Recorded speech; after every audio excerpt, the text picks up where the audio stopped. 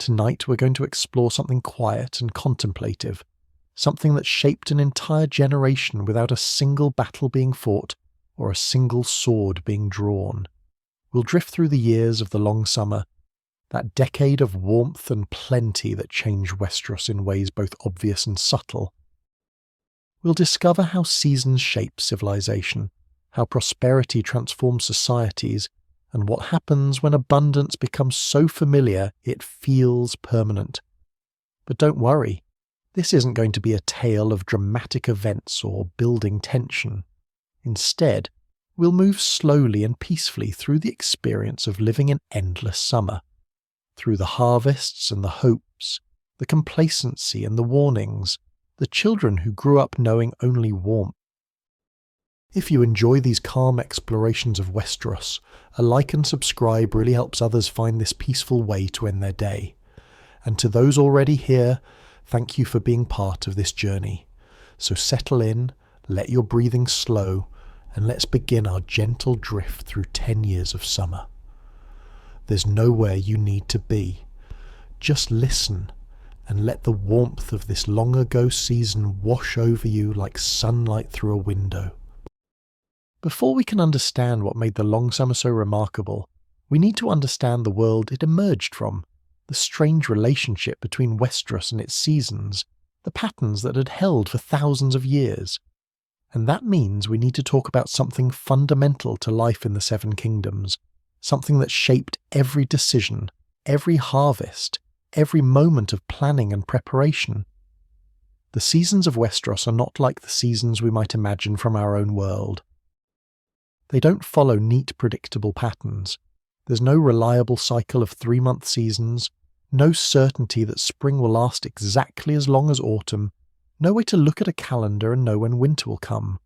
Instead, the seasons of Westeros are irregular, unpredictable, sometimes lasting only a year or two, sometimes stretching on for a decade or more.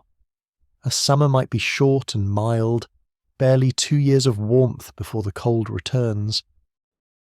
Or it might extend for 5 years, for 7, for 9, each year bringing the hope that perhaps this time, perhaps this summer, the warmth will last just a bit longer, and winter, when it comes, might be equally variable. A short winter, 2 or 3 years of cold and snow, was a blessing. A long winter could last a decade, could starve thousands, could bury the land under snow so deep that entire villages disappeared until the thaw. This irregularity shaped everything about Westerosi culture, everything about how people thought and planned and prepared. It made the Maester's predictions essential and uncertain in equal measure.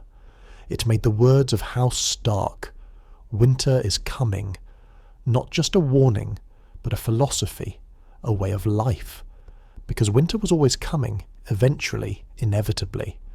But no one could say precisely when or how long it would last, or how harsh it would be.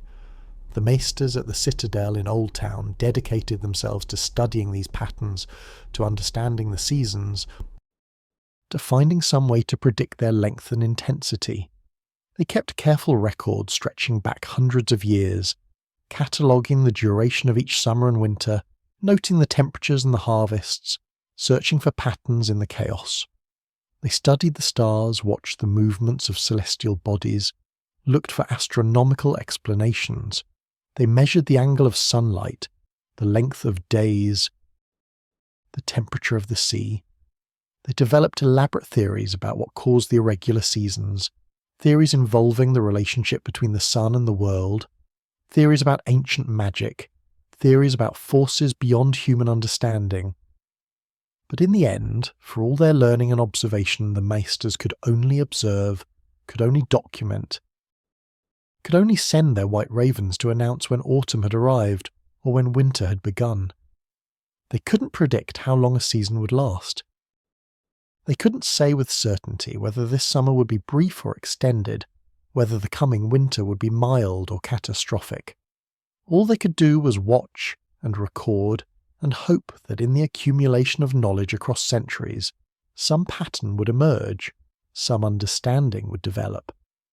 The common people, who didn't have access to the Maesters' libraries or their astronomical instruments, developed their own ways of reading the seasons. Farmers watched the behaviour of animals, the patterns of bird migration, the way plants responded to the changing light. They noted when certain flowers bloomed, when certain insects emerged, when the morning dew began to carry a chill. Old wives knew that when the red leaves fell from the weirwoods in the godswoods, when the ravens grew fatter and their calls changed pitch, when the wolves hunted closer to human settlements, winter was approaching. These folk methods were imprecise, unreliable, often contradictory. But they were what people had, and they paid attention, because their lives and the lives of their children might depend on reading the signs correctly. This created a culture, especially in the north but throughout Westeros, of constant preparation, constant awareness of the turning seasons. During summer, no matter how warm or how abundant the harvests, wise lords were already preparing for winter. Granaries were filled, supplies were stored, wood was cut and stacked. Salt fish and preserved foods were accumulated. Even in the height of summer, when the days were long and warm and the fields were golden with grain, there was always this awareness, this knowledge that it wouldn't last, that winter would come, that preparation now meant survival later. The previous winter, the one that had ended perhaps a year or two before the long summer began, had been relatively mild by Westerosi standards. It had lasted somewhere between 2 and 3 years, which was neither remarkably short nor dangerously long. The snows had been heavy enough, particularly in the north and the Vale, where the mountain passes had closed for months at a time. But the south had experienced mostly cold rains and occasional frosts, nothing catastrophic, nothing that couldn't be managed with adequate preparation. The harvests immediately before this winter had been good, the granaries reasonably full, and while people had suffered, while the poor had endured hardship and some had died from cold and hunger, it wasn't one of the terrible winters that got remembered in songs and stories, the kind that killed thousands, that buried castles, that made the whole realm hold its breath and pray for spring. When that winter had finally broken, when the first signs of spring had appeared, the relief had been palpable throughout the 7 kingdoms. Snow melted, streams swelled with runoff, the first green shoots appeared in the thawing ground. Birds returned from the south, animals emerged from their winter dens, and people who had been confined to their halls and keeps for months could finally venture out, could finally begin the work of spring planting, could finally stop counting their dwindling stores and start thinking about replenishment. Spring had been brief, as springs often were, just a year or so of mild weather, of planting and growing, of rebuilding what winter had damaged, of livestock bearing young, of the world slowly coming back to life. And then summer had arrived, announced by the white ravens from the citadel, welcomed with celebrations and festivals, with feasts and tournaments, with the joy that always accompanied the arrival of warmth and plenty. The first year of summer had been unremarkable. Good harvests, certainly, warm weather, long days perfect for working in the fields and tending livestock, but nothing extraordinary, nothing to suggest this summer would be any different from countless summers before it. Lords and farmers alike had been grateful for the warmth, for the abundant crops, for the ease of travel on dry roads and the prosperity that came with good weather and full granaries. The second year of summer had been similar. Perhaps even better than the first, some said, with harvests that exceeded expectations, with grain stores filling rapidly, with livestock thriving and multiplying. Trade had flourished, merchants travelling safely along roads that weren't muddy or iced over, goods flowing between the kingdoms, prosperity spreading. But still, this was within the range of normal, the kind of good fortune that Westeros experienced regularly during summer years. It was in the 3rd year perhaps, or maybe the 4th, that people began to notice something unusual was happening. The maesters, who kept careful records and studied patterns, were among the first to realise that this summer was lasting longer than most. 3 years was a decent summer, 4 years was generous, 5 years was becoming remarkable. The old men and women, those who had lived through many cycles of seasons, who could remember summers and winters stretching back decades, began to speak in hushed tones about long summers they had heard of. Summers that had lasted 6 years, 7 years, even 9 years in the distant past. But even as the summer continued, even as it stretched into its 4th year and then its 5th, there was uncertainty about whether it would truly prove to be long, because that was the nature of Westerosi seasons. You never knew how long they would last until they ended. A summer that had already lasted 4 years might end tomorrow, or it might continue for several more years. There was no way to tell, no pattern to rely on, no certainty to cling to. All anyone could do was watch, and hope, and prepare, and try to read the signs that might or might not mean anything at all. This uncertainty, this fundamental unpredictability, shaped how people responded to the lengthening summer. Some, particularly in the north where winter is coming, was more than just words, maintained their careful preparations even as the summer continued year after year. Granaries kept being filled, supplies kept being stored, because who knew when autumn might arrive, when the warmth might end? But others, particularly in the south where winters were milder and the urgency less immediate, began to relax their vigilance. If summer had already lasted 4 years, 5 years, surely it would last another year. Surely there was time to enjoy the prosperity, to spend rather than save, to celebrate rather than prepare. And so the summer continued, past the point where most summers ended, into territory that was becoming historically unusual, becoming something that would be remembered, becoming the long summer.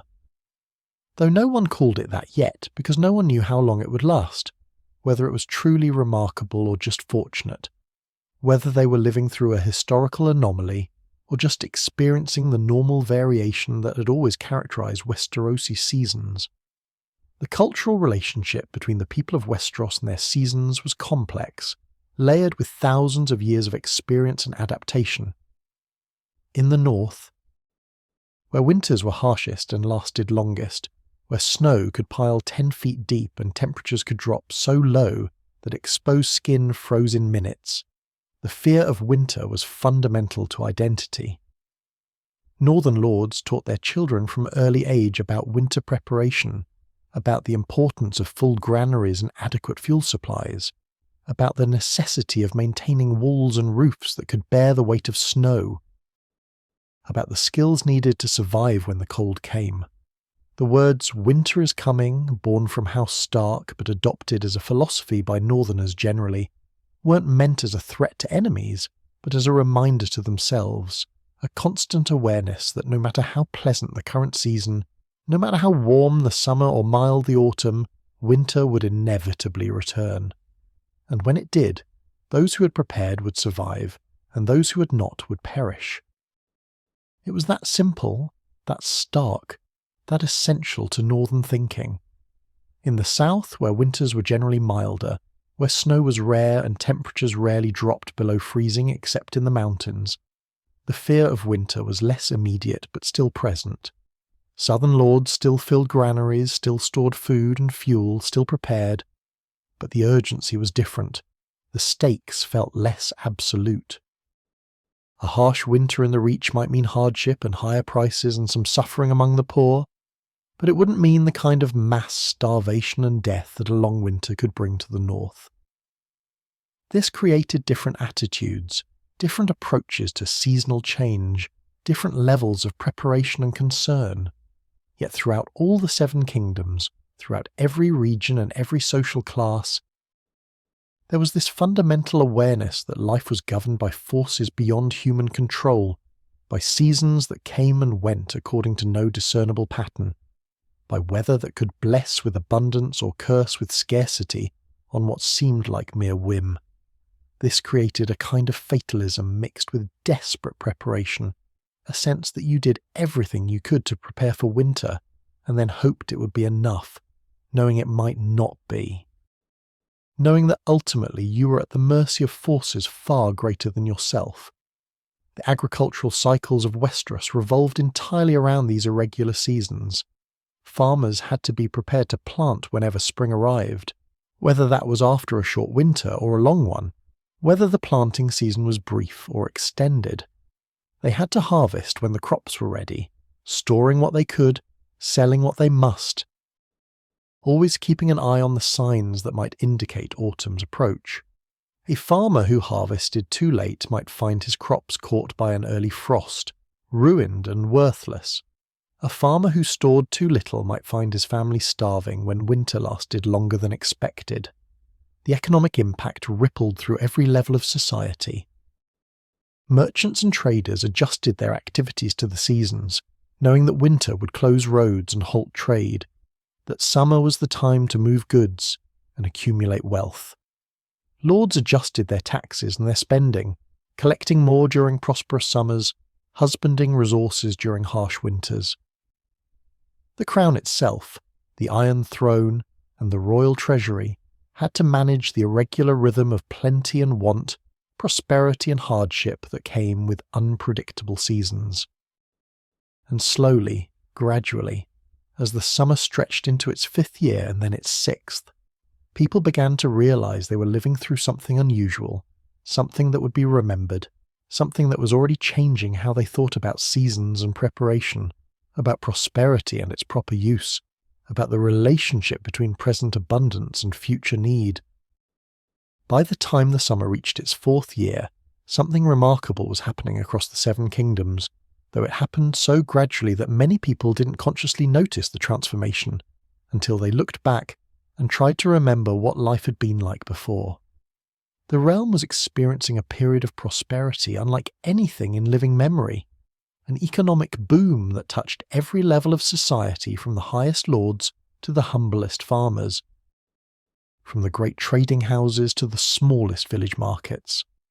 The harvests during these years were extraordinary, year after year of abundance that seemed almost miraculous. In the Reach, which had always been the breadbasket of Westeros, the fields produced grain in quantities that exceeded even the most optimistic predictions. Wheat and barley and rye grew tall and thick, the stalks heavy with seed. The yields so generous that farmers found themselves struggling to find space to store everything they had grown. Orchards bent under the weight of apples and pears and peaches, the fruit so abundant that much of it fell to the ground and rotted, because there weren't enough hands to pick it all, weren't enough barrels to store it, weren't enough wagons to transport it to market. This wasn't just true in the Reach, though the Reach perhaps experienced the greatest abundance. Throughout the Riverlands, the fields along the Trident and its tributaries produced harvest that filled granaries to overflowing. In the Westerlands, the farms that spread across the hills and valleys between the gold mines yielded crops that supplemented the region's famous wealth with agricultural prosperity. Even in the north, where the growing season was always shorter and the yields more modest, farmers found themselves with surpluses, with more grain and vegetables than they needed for their own families, with enough to trade and sell and store against the winter that would, eventually, inevitably come. The granaries across Westeros filled year after year, until the storage buildings constructed in previous generations proved inadequate to hold all the grain that was being harvested. Lords commissioned the construction of new granaries, larger ones, buildings that could hold thousands of bushels of wheat and barley, structures designed not just to store a single year's harvest, but to accumulate reserves across multiple years. The old wisdom said that a prudent lord should store enough food to feed his people through 3 years of winter. During the long summer's early years, some lords found themselves with enough stored grain to feed their people through 5 years, through 7 years, through winters longer than any in living memory. But grain wasn't the only thing growing in abundance. Livestock thrived during these prosperous years, multiplying in ways that transformed the agricultural economy. Sheep flocks doubled and then doubled again, ewes bearing twins and triplets with unusual frequency, the lambs growing fat on rich pasture. Cattle herds expanded, cows producing calves year after year, the young stock maturing quickly in the endless warmth and plentiful grazing. Pigs, which had always been important for common people because they could be fed on scraps and required little care, became so numerous that even poor families found themselves with breeding sows, with animals they could sell or slaughter, with a source of wealth they had never possessed before. The economic implications of this agricultural abundance rippled through every aspect of Westerosi society. Food prices dropped steadily and significantly as more and more grain and meat flooded the markets. Bread, which had always been a staple but sometimes an expensive one during lean years, became cheap enough that even the poorest could afford to eat their fill. Meat, which had often been a luxury for common people, appeared on tables with increasing frequency. The kind of hunger that had been a constant background threat for the poor, the gnawing uncertainty about whether there would be enough to eat, began to fade from daily consciousness. This might seem like an unalloyed good thing, and in many ways it was. Children grew taller and stronger when they had enough to eat. Women survived childbirth at higher rates when they weren't weakened by malnutrition. The elderly lived longer, the sick recovered more readily. The general health of the population improved in ways that were subtle but real. The population began to grow, not just because more children were being born, though birth rates did increase during prosperous times, but because fewer people were dying, because survival rates improved across every age group. But the abundance also created its own complications, its own problems that would only become apparent later. Farmers who had produced enormous harvests found themselves struggling to sell their grain at profitable prices because everyone else had also produced enormous harvests. The price of wheat dropped so low that some farmers could barely cover their costs, could barely justify the labour of harvest when the grain was worth so little. This led to surpluses being left in the fields, to grain being fed to livestock instead of being stored, to a kind of waste that would have seemed unthinkable during harder times. The falling price of food meant rising prosperity for those who didn't produce food, for the merchants and craftsmen and labourers who could now afford to eat well while spending less of their income on basic sustenance. This freed up money for other purchases, for manufactured goods and luxuries and services, creating a broader economic boom that extended far beyond agriculture. Blacksmiths found more customers for their wares, weavers sold more cloth, potters and carpenters and masons all experienced increased demand for their products.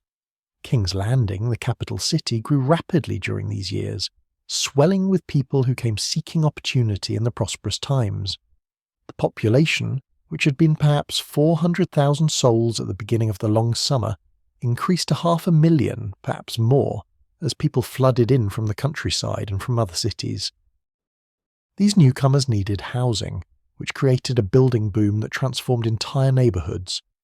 New structures went up with remarkable speed, sometimes with inadequate planning or poor construction, creating densely packed districts where buildings leaned against each other for support, where narrow alleys barely admitted sunlight, where the conditions were cramped, but the opportunities seemed endless. The same pattern repeated in other cities throughout the realm. Old Town, already the largest city in Westeros at the summer's beginning, grew even larger, its population swelling until it rivaled King's Landing in size. Lannisport, the great port city beneath Casterly Rock, expanded its docks and warehouses to handle the increasing trade.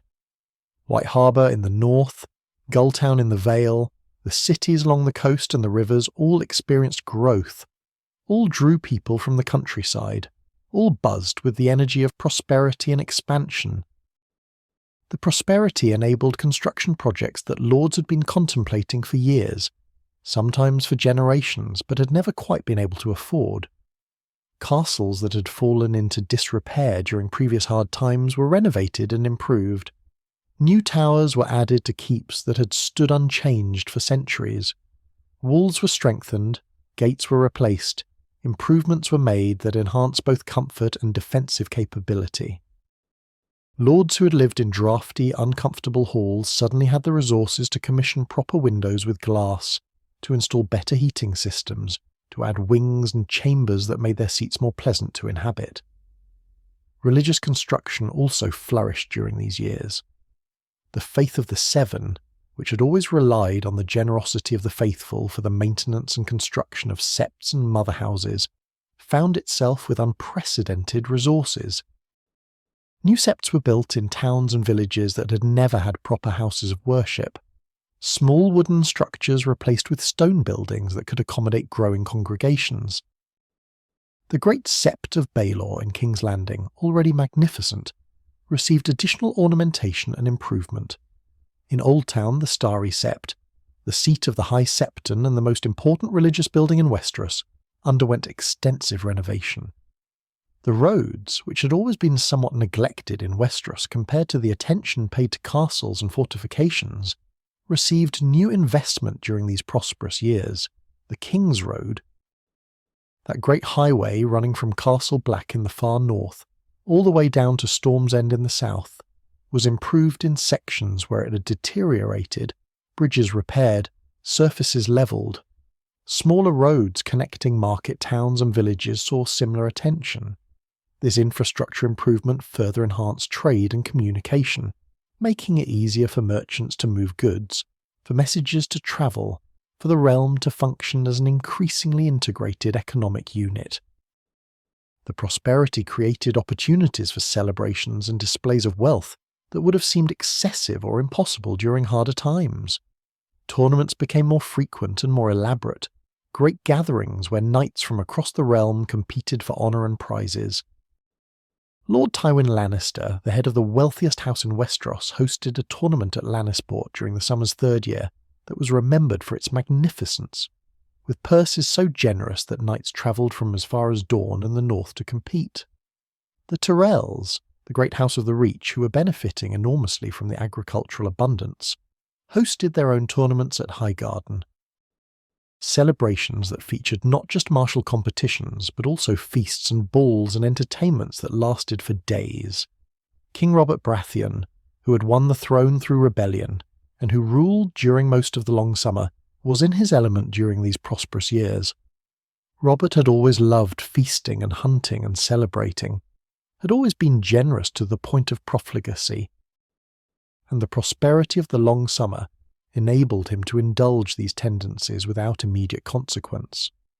The royal court became famous, or perhaps infamous, for its extravagance.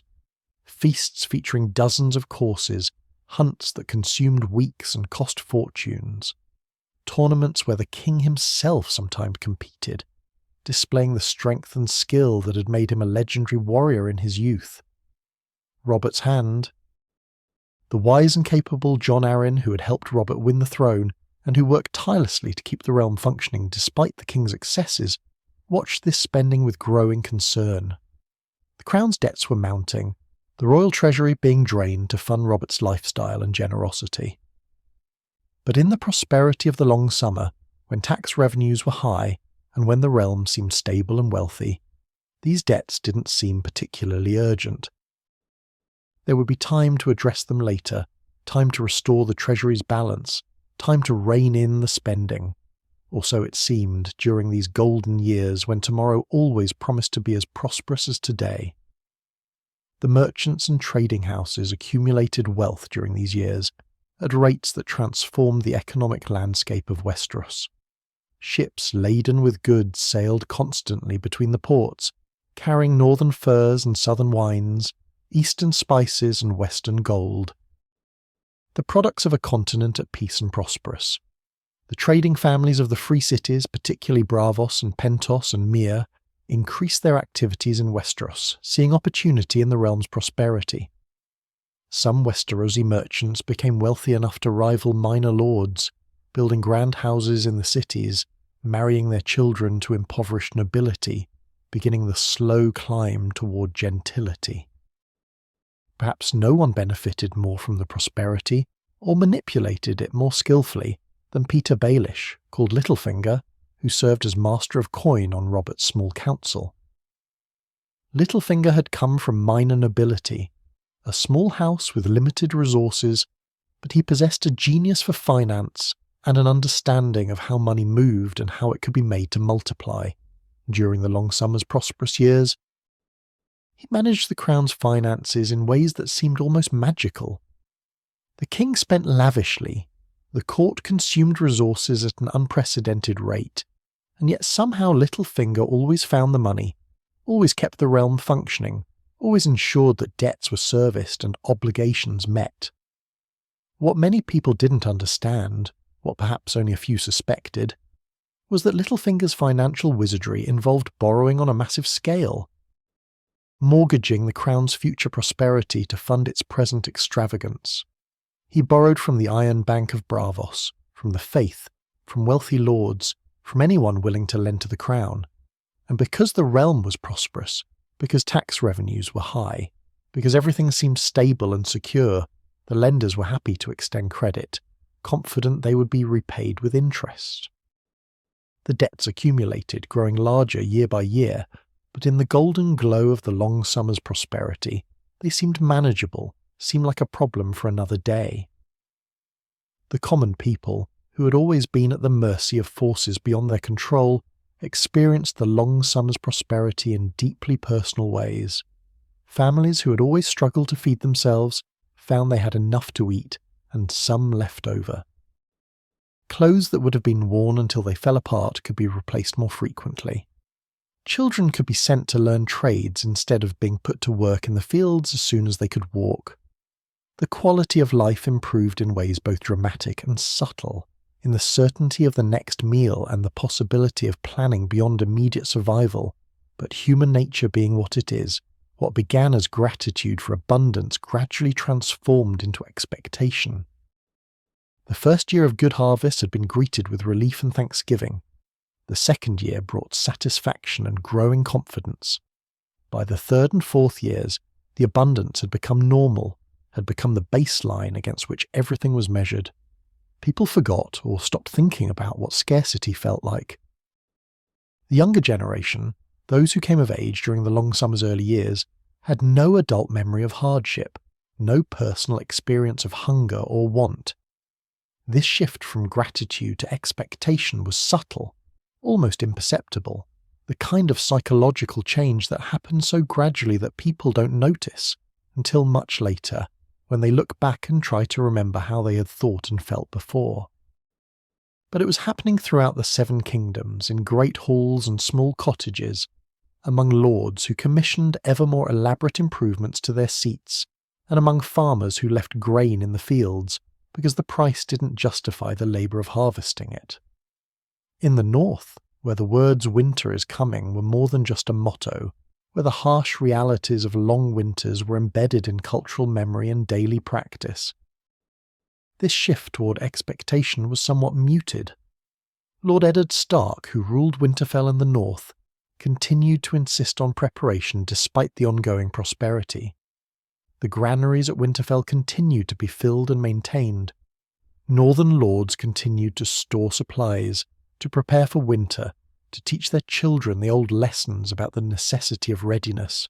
But even in the north, even among people who prided themselves on their pragmatism and their respect for winter's inevitable return, there were signs of relaxation, of the prosperity seeping into consciousness and changing behaviour.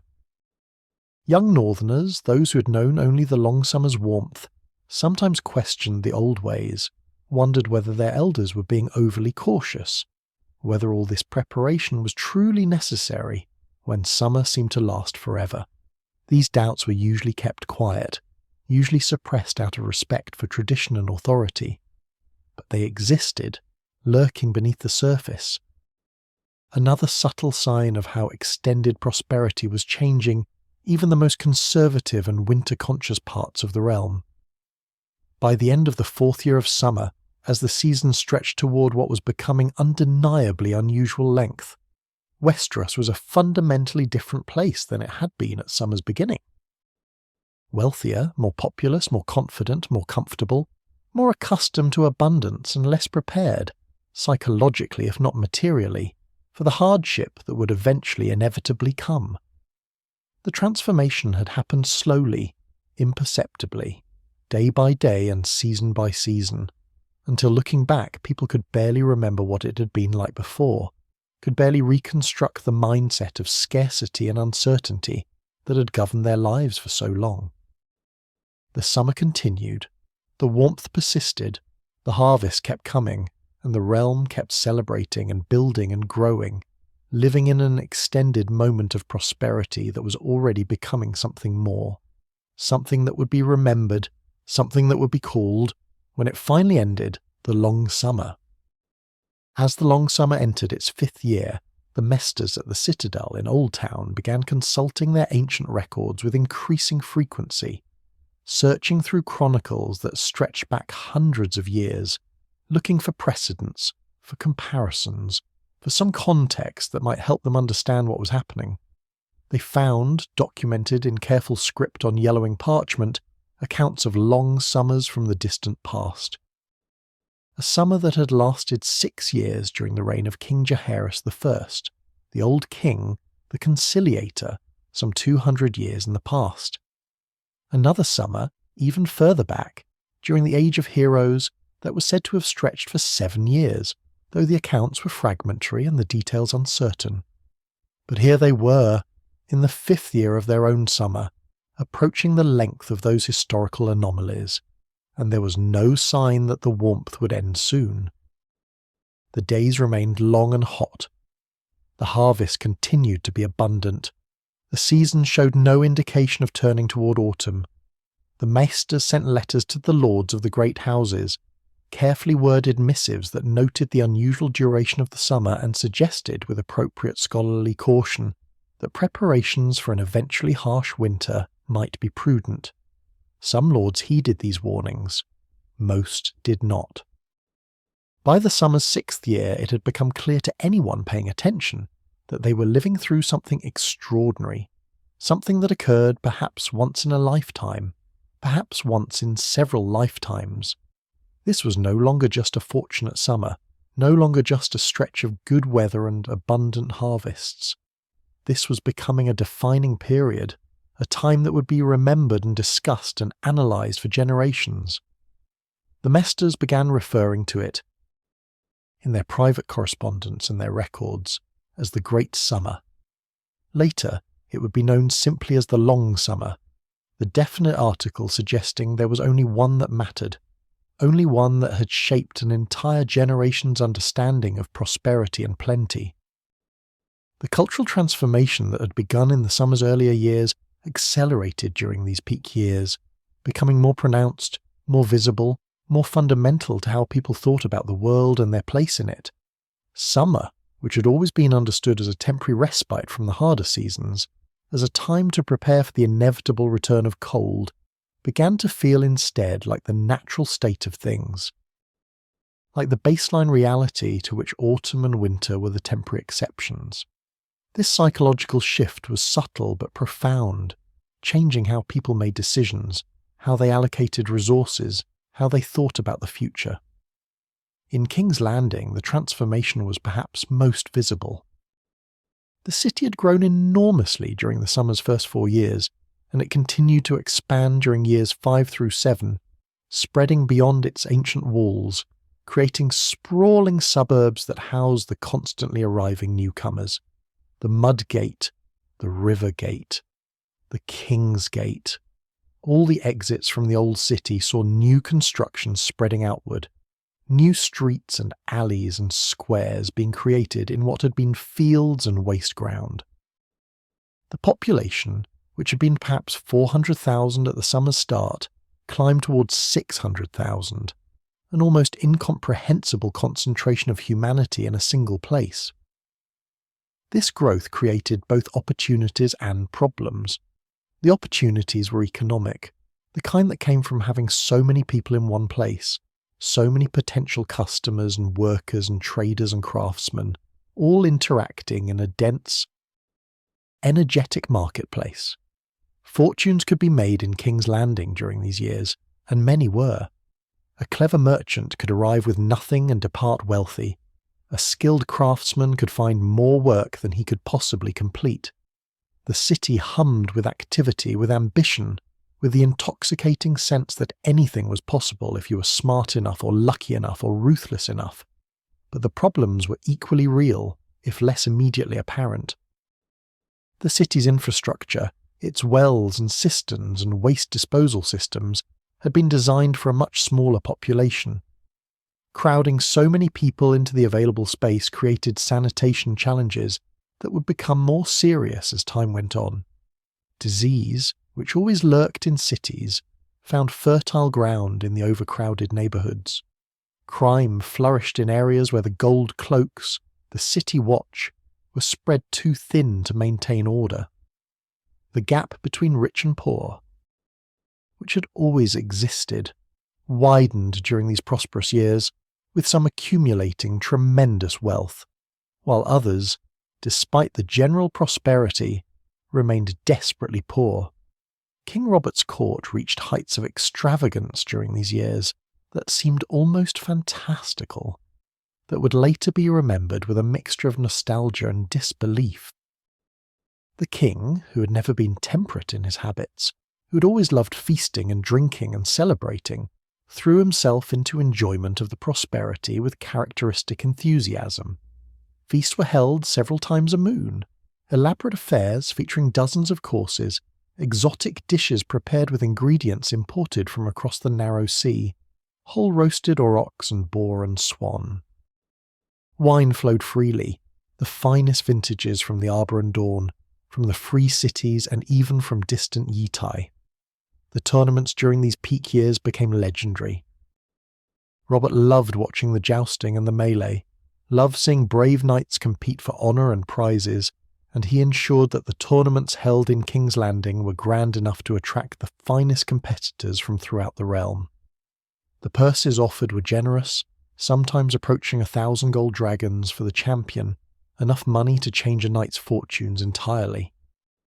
Knights travelled from as far as the Wall and the Summer Isles to compete, setting up their pavilions in the fields outside King's Landing, their banners and shields displaying the arms of houses great and small, their squires and servants bustling about in preparation for the competitions.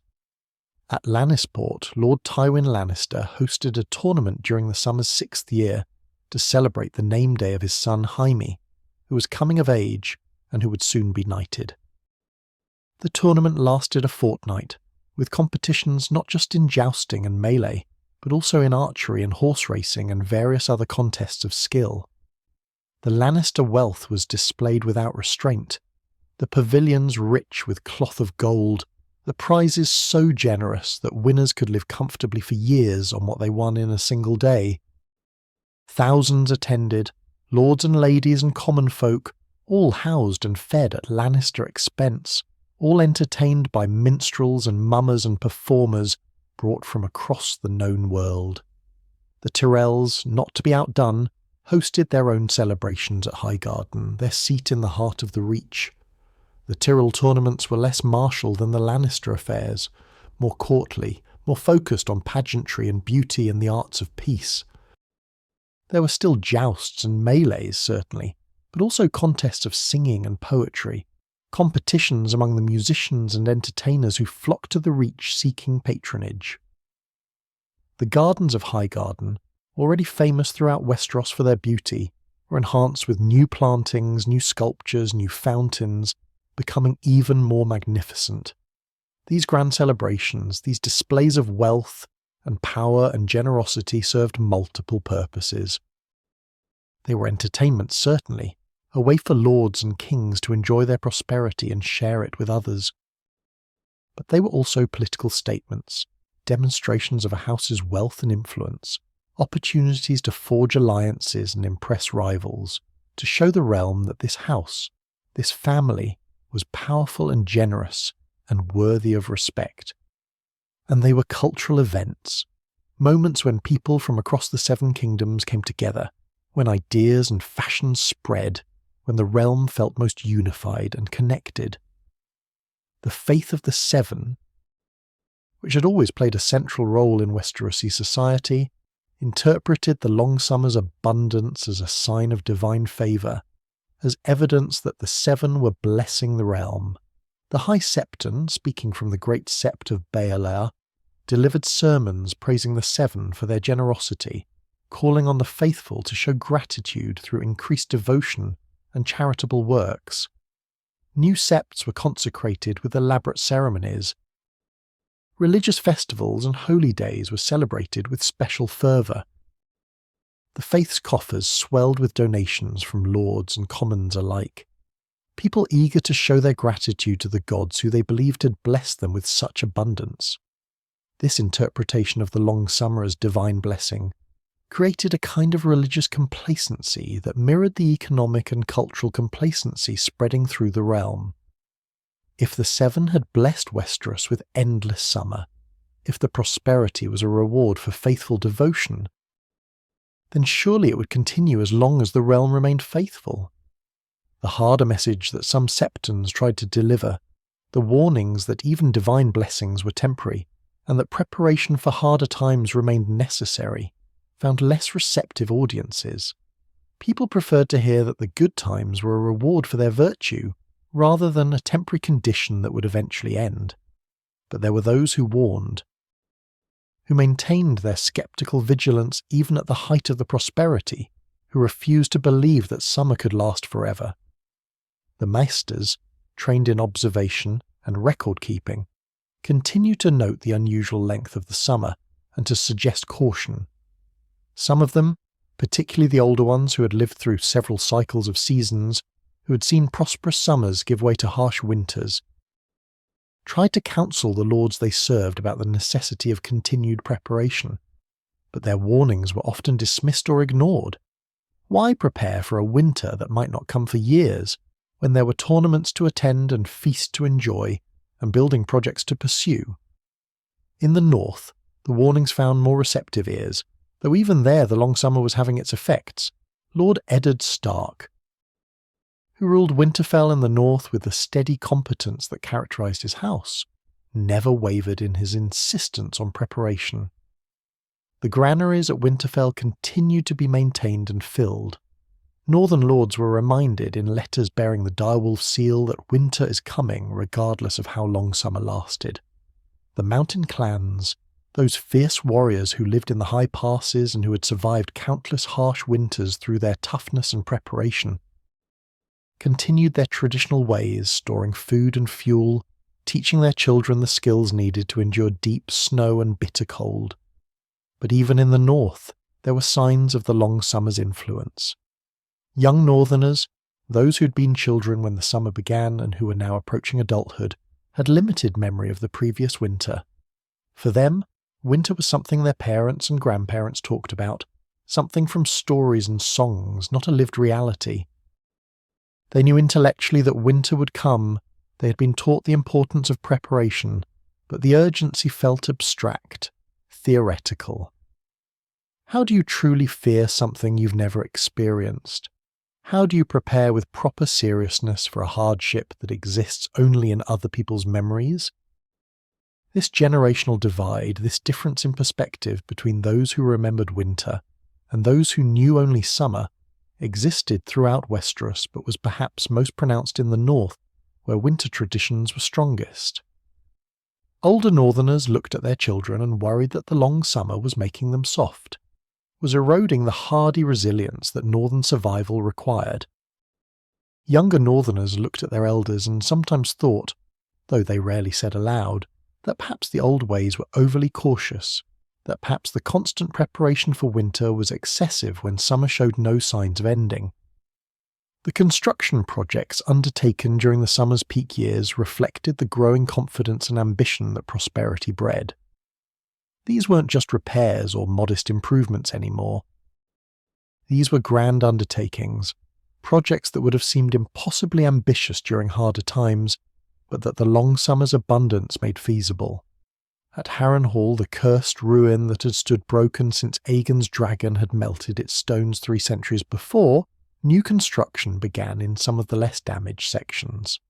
The work was modest, just making a portion of the enormous ruin habitable again, but it was symbolic, a sign of confidence and resources. In the Eyrie, the seat of House Arryn perched impossibly high in the Mountains of the Moon, improvements were made to the approach, the dangerous path that climbed the mountainside through 3-way castles before reaching the castle itself. New stairs were carved into the stone, making the ascent somewhat less treacherous. The Gates of the Moon, the castle at the mountain's base where the Lords of the Vale stayed during winter when the Eyrie became inaccessible, received extensive renovation and expansion.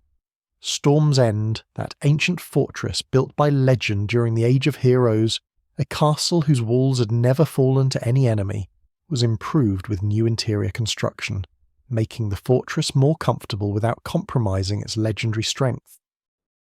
Lord Renly Baratheon, Robert's younger brother who held Storm's End, commissioned work that turned the grim fortress into something approaching a palace, with better living quarters and more gracious public spaces. Even the Wall, that immense fortification of ice stretching across the far north, received attention during the long summer. The Night's Watch, perpetually short of men and resources, found that the prosperity in the south translated to increased support. Lords sent more supplies, more food, more equipment. The castles along the Wall that had been abandoned for generations, left empty because the Watch lacked the men to garrison them, received some basic repairs, not enough to make them fully functional, but enough to slow their decay. The Watch itself, while still undermanned and still regarded as a dumping ground for criminals and unwanted sons, had an easier time of it during the long summer than they had known in living memory. But beneath the prosperity, beneath the celebrations and the grand construction, and the general air of confidence and plenty, there were subtle signs that thoughtful observers might have noticed, small indications that even the long summer had its limits and its costs. The groundwater in some regions, particularly in the south where rainfall was less abundant, was beginning to drop. Wells that had never run dry in living memory required digging deeper. Some streams that had always flowed year-round dwindled to trickles during the hottest months. These weren't dramatic changes, weren't immediate crises, but they suggested that even abundant summers could strain resources if they lasted long enough. The forests, which had been harvested heavily to fuel the construction boom and to provide timber for all the new buildings and ships and projects, were showing signs of overuse in some areas. The great woods that had once seemed inexhaustible were thinning, particularly near cities and major population centres, where the demand for wood was highest. Again, this wasn't an immediate disaster, wasn't something that required urgent action. But it was a sign that the abundance people had come to expect had limits, that resources could be depleted even in prosperous times if consumption outpaced renewal. The grain stored in those overflowing granaries, accumulated year after year during the long summer's abundant harvest, had its own problems. Grain doesn't keep forever, even when properly stored. Weevils and rats found their way into storage buildings. Moisture caused spoilage. The oldest grain, that stored in the summer's first years, was beginning to deteriorate in some places, requiring that it be used or disposed of and replaced with newer stocks. This was manageable, certainly, but it was a reminder that even plenty had to be properly managed, that abundance didn't automatically translate to security. These problems were minor, were barely noticed amid the general prosperity and confidence of the summer's peak years. But they were there, small shadows in the golden light, hints that nothing lasts forever, that even the longest summer must eventually give way to autumn and then to winter. The maesters noted these things in their records, filed away their observations, and continued to counsel caution to lords who mostly weren't listening. By the end of the summer's 7th year, as the long summer stretched toward what was becoming truly extraordinary length, Westeros had reached perhaps the apex of its prosperity and confidence. The realm had never been wealthier, never more populous, never more comfortable. An entire generation had come of age knowing only summer, only abundance, only the assumption that tomorrow would be as pleasant as today.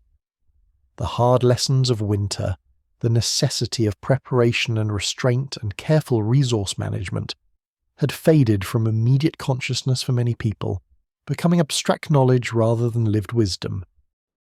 The summer continued, the warmth persisted, and the realm continued to celebrate and build and grow, living in what seemed like an eternal present, a golden age that surely couldn't end, not yet, not when everything was so prosperous and so pleasant. But the maesters kept their records, the old men remembered previous winters, and in the north, Lord Eddard Stark continued to prepare, continued to fill his granaries, continued to teach his children that winter is coming, because it always does. Eventually, inevitably, no matter how long the summer lasts. As the long summer entered its 8th year, something shifted, though the change was so subtle that most people didn't consciously register it at the time. The summer hadn't ended, the warmth continued, the harvests were still abundant by any historical standard, but there was a quality to the season that felt different, a sense that perhaps the summer had reached its peak and was now, slowly, imperceptibly, beginning its long descent toward autumn. It was nothing dramatic, nothing you could point to and say with certainty, "Here, this is where things changed." But it was there nonetheless, a feeling in the air, a quality to the light, a shift that those who paid close attention might have noticed. The maesters at the Citadel, who had been watching the long summer with increasing fascination and concern, began to note specific indicators in their records. The summer solstice, that longest day of the year when the sun reached its highest point in the sky, occurred as it always did. But the maesters who measured such things with their astrolabes and their careful observations noted that something seemed fractionally different. The angle of the sun, the length of the day, the pattern of the stars, all suggested to those trained to read such signs that perhaps the season was beginning its turn. Not ending, not yet, but turning. Beginning that gradual shift that would eventually lead to autumn. These observations were recorded in careful script, filed away in the great library at the Citadel and shared among the maesters in their private correspondence. Some of the more cautious archmaesters began drafting letters to the lords they served, warning that the long summer, extraordinary as it had been, would eventually end, that the time to intensify preparations for winter had arrived. These letters were carefully worded, scholarly in tone, filled with observations and data rather than dire predictions. They suggested rather than demanded, advised rather than commanded, and many lords who received them read the warnings, acknowledged them with polite responses, and then continued as they had been, enjoying the prosperity, assuming that even if autumn was coming, it was still distant enough that there was time to prepare later. The environmental signs that had begun to appear in the summer's peak years became more pronounced during years 8 and 9. The groundwater levels, which had been gradually dropping in the drier regions, continued to fall. Wells that had been adequate for generations now required rope twice as long to reach the water. Some wells dried up entirely, requiring new ones to be dug or forcing communities to adjust their water sources. In the riverlands, where water had always been abundant thanks to the many streams and rivers that laced through the territory, some of the smaller tributaries ran dry during the hottest months of summer, their beds becoming channels of cracked mud that wouldn't refill until the rains of autumn. The heat itself became more oppressive in the south during the 8th and 9th years, particularly in Dawn and the Reach, where summer had always been warm, but where the extended duration was creating conditions that tested even those accustomed to heat. The stone buildings in Old Town and Sunspear radiated warmth even at night, making sleep difficult. The roads, which had been dry and easy to travel during the summer's earlier years, became dusty, the fine powder rising in clouds when carts and horses passed, coating everything and everyone with a pale film. The air had a parched quality, a dryness that made throats roar and eyes sting. In the north, where summer had always been milder and more pleasant than in the south, the extended warmth was creating its own unusual conditions. Snow that had persisted year-round in the highest mountains melted more extensively than anyone could remember, revealing rock that hadn't been exposed in living memory. The godswoods, those sacred groves with their ancient weirwood trees, experienced unusual growth, the vegetation more lush than the old men could recall. But this abundance felt somehow wrong to those who knew the north well, felt like nature pushed beyond its normal bounds, like a plant forced to grow too quickly in soil that couldn't fully support it. The granaries that had been filled to overflowing during the summer's abundant early years now faced a different challenge. The grain stored in the first and second years of summer, some 8 or 9 years old now, was deteriorating despite the best efforts to preserve it. The maesters and stewards who managed these stores found themselves disposing of spoiled grain and replacing it with newer stocks.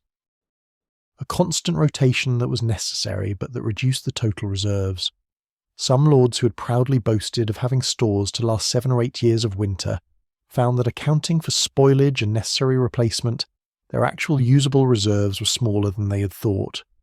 This discovery, that abundance could decay, that stored wealth wasn't permanent but required constant maintenance and management, came as something of a shock to those who had assumed that the full granaries represented security that would last as long as needed. It was a lesson about the difference between gross wealth and net wealth, about the gap between what you appear to have and what you could actually use. The most prudent stewards had been managing this all along, had been rotating stocks and accounting for spoilage. But others had simply kept adding to the piles, assuming that more was always better, not recognizing that grain left untended would eventually become worse than useless, would become a breeding ground for vermin and disease. The economic consequences of the long summer's extended duration were becoming more complex and more troubling as the years accumulated. The low prices for agricultural goods, which had seemed like a blessing to consumers during the summer's earlier years, were creating genuine hardship for farmers who found themselves unable to profit from their labour. Some farmers, particularly those with smaller holdings, began to question whether it was worth planting certain crops when the harvest would barely cover the cost of seed and labour. This led to some fields lying fallow, to a reduction in the total area under cultivation, which meant that while individual harvests were still large, the overall productive capacity of the realm was beginning to contract. This contraction was subtle, barely noticeable in the short term, but it represented a dangerous trend. If farmers reduced their planting because they couldn't make a profit, and if this reduction continued across multiple years, the realm's ability to respond to a poor harvest year would be compromised. The abundance had created a situation where producing food was becoming economically irrational for many farmers, and while the overall supply was still more than adequate, the foundation of that supply was eroding in ways that wouldn't become apparent until it was tested by hardship. In the cities, particularly in King's Landing, social problems that had been manageable during the summer's peak years began to intensify. The population had grown so large, had concentrated so many people in such a limited space, that the strains on urban infrastructure were becoming impossible to ignore. The wells couldn't provide enough water for everyone. The waste disposal systems, inadequate for the swollen population, created sanitation problems that bred disease. The crowded neighbourhoods, where buildings had been thrown up quickly to house the arriving masses, were fire traps and breeding grounds for illness.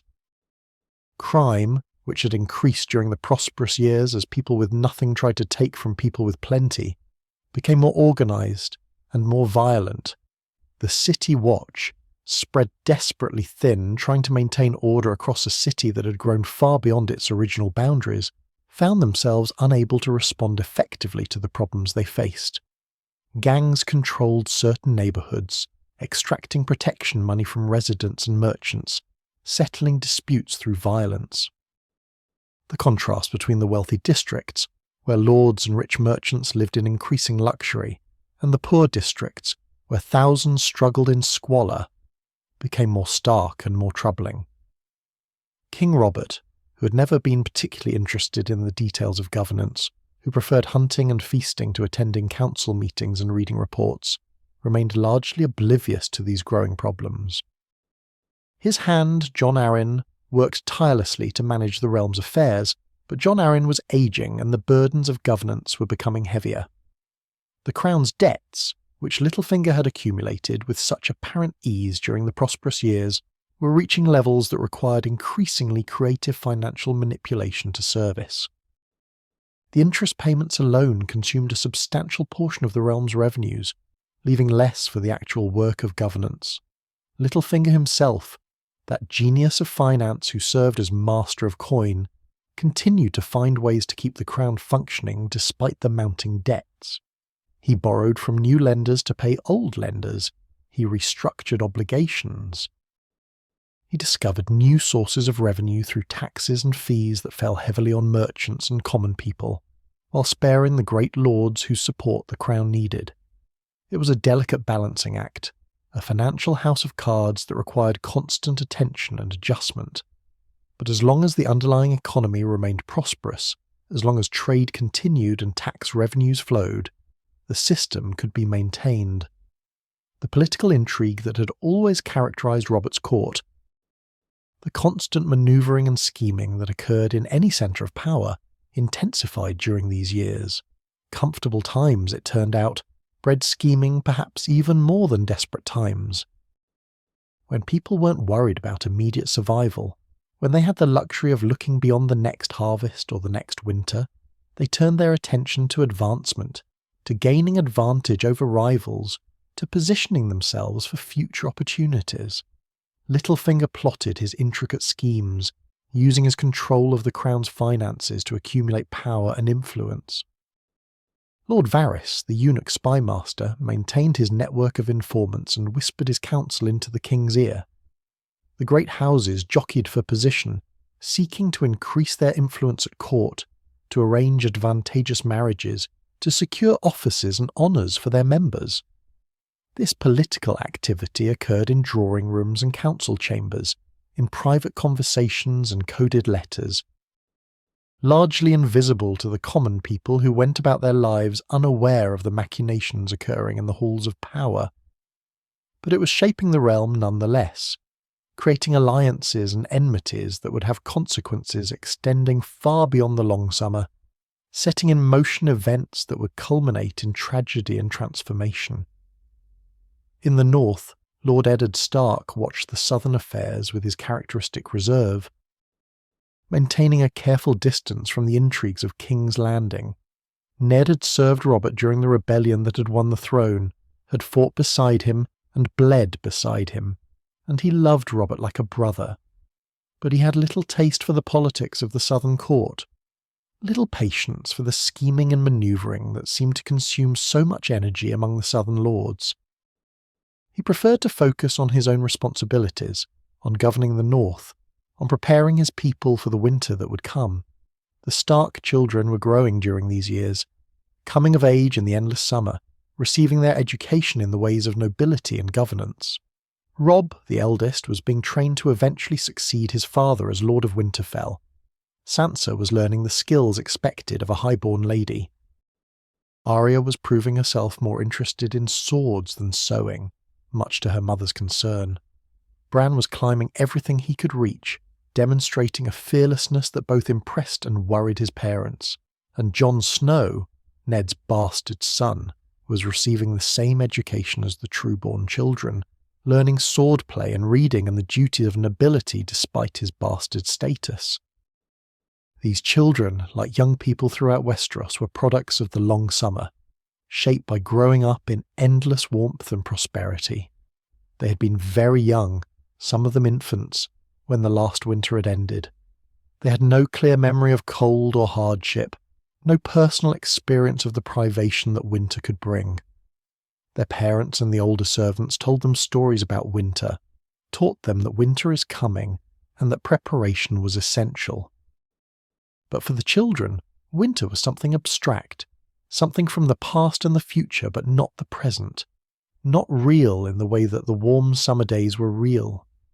This generational gap, this difference between those who remembered winter and those who had known only summer, existed throughout the Seven Kingdoms, but perhaps nowhere more significantly than in the north, where winter preparations were most essential to survival.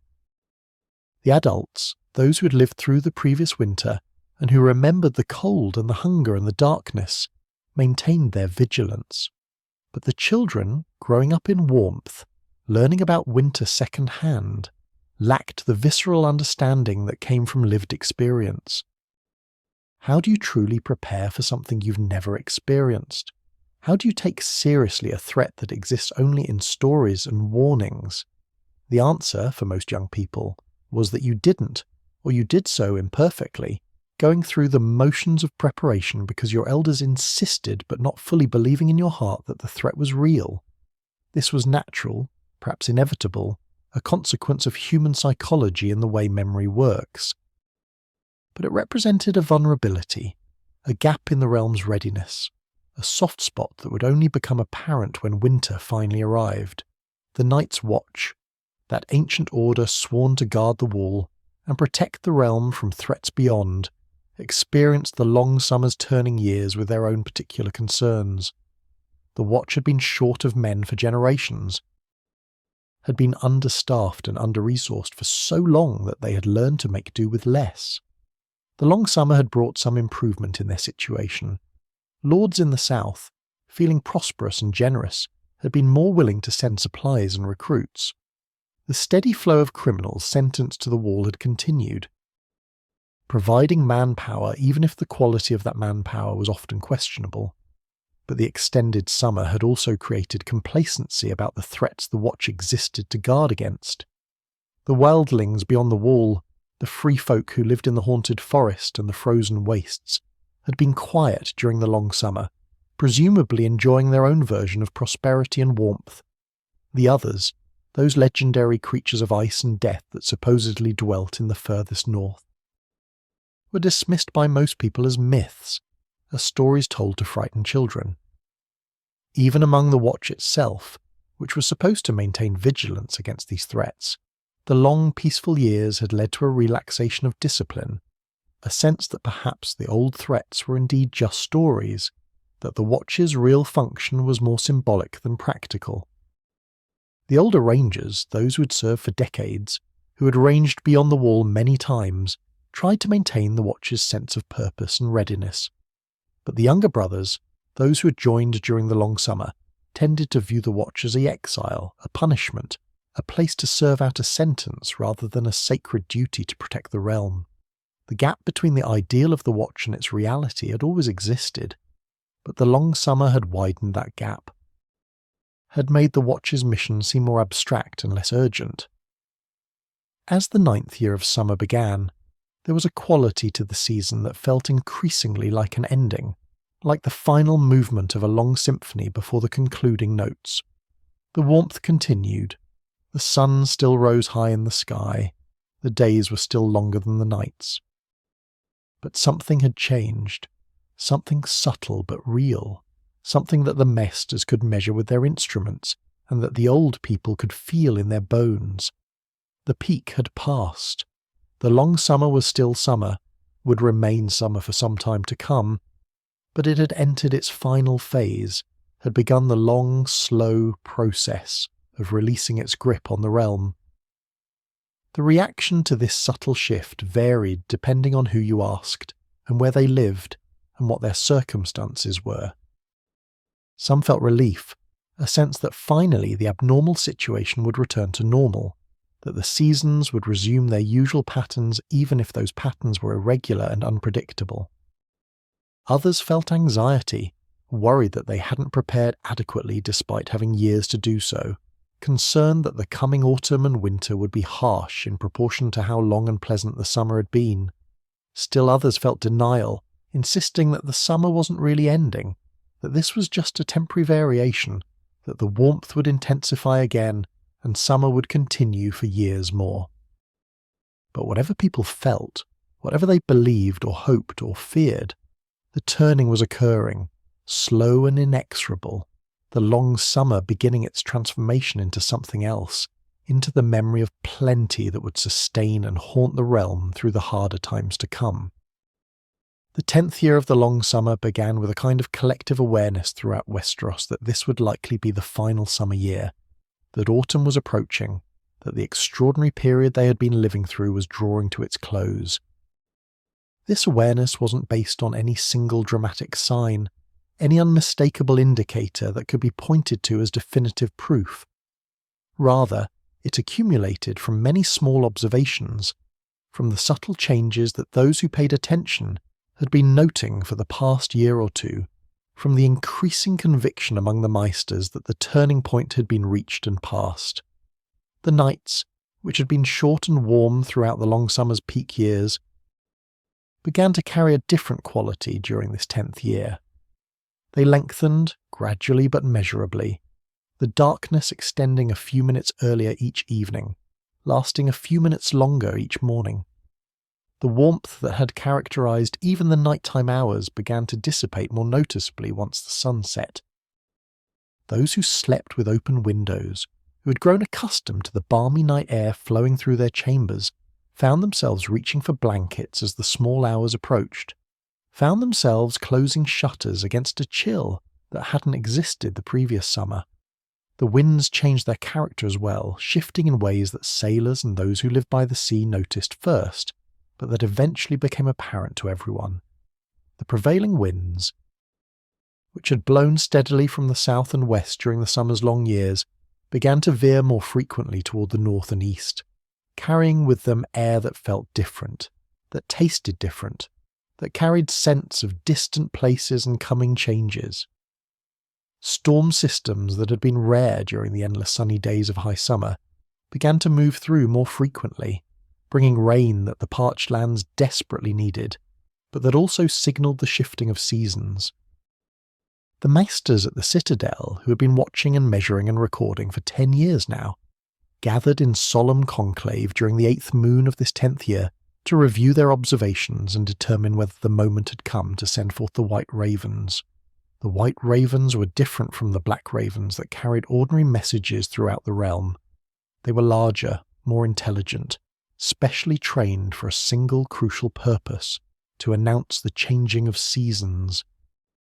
When the maesters determined that summer had ended and autumn had begun, they would release the white ravens from the citadel's rookery, sending them to every castle and keep throughout Westeros, carrying the formal announcement that the seasons had turned.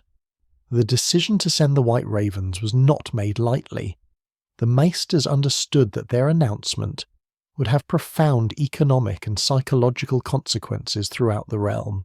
It would signal to lords and common folk alike that the time for preparation had become urgent, that winter was now on the horizon rather than some distant abstraction.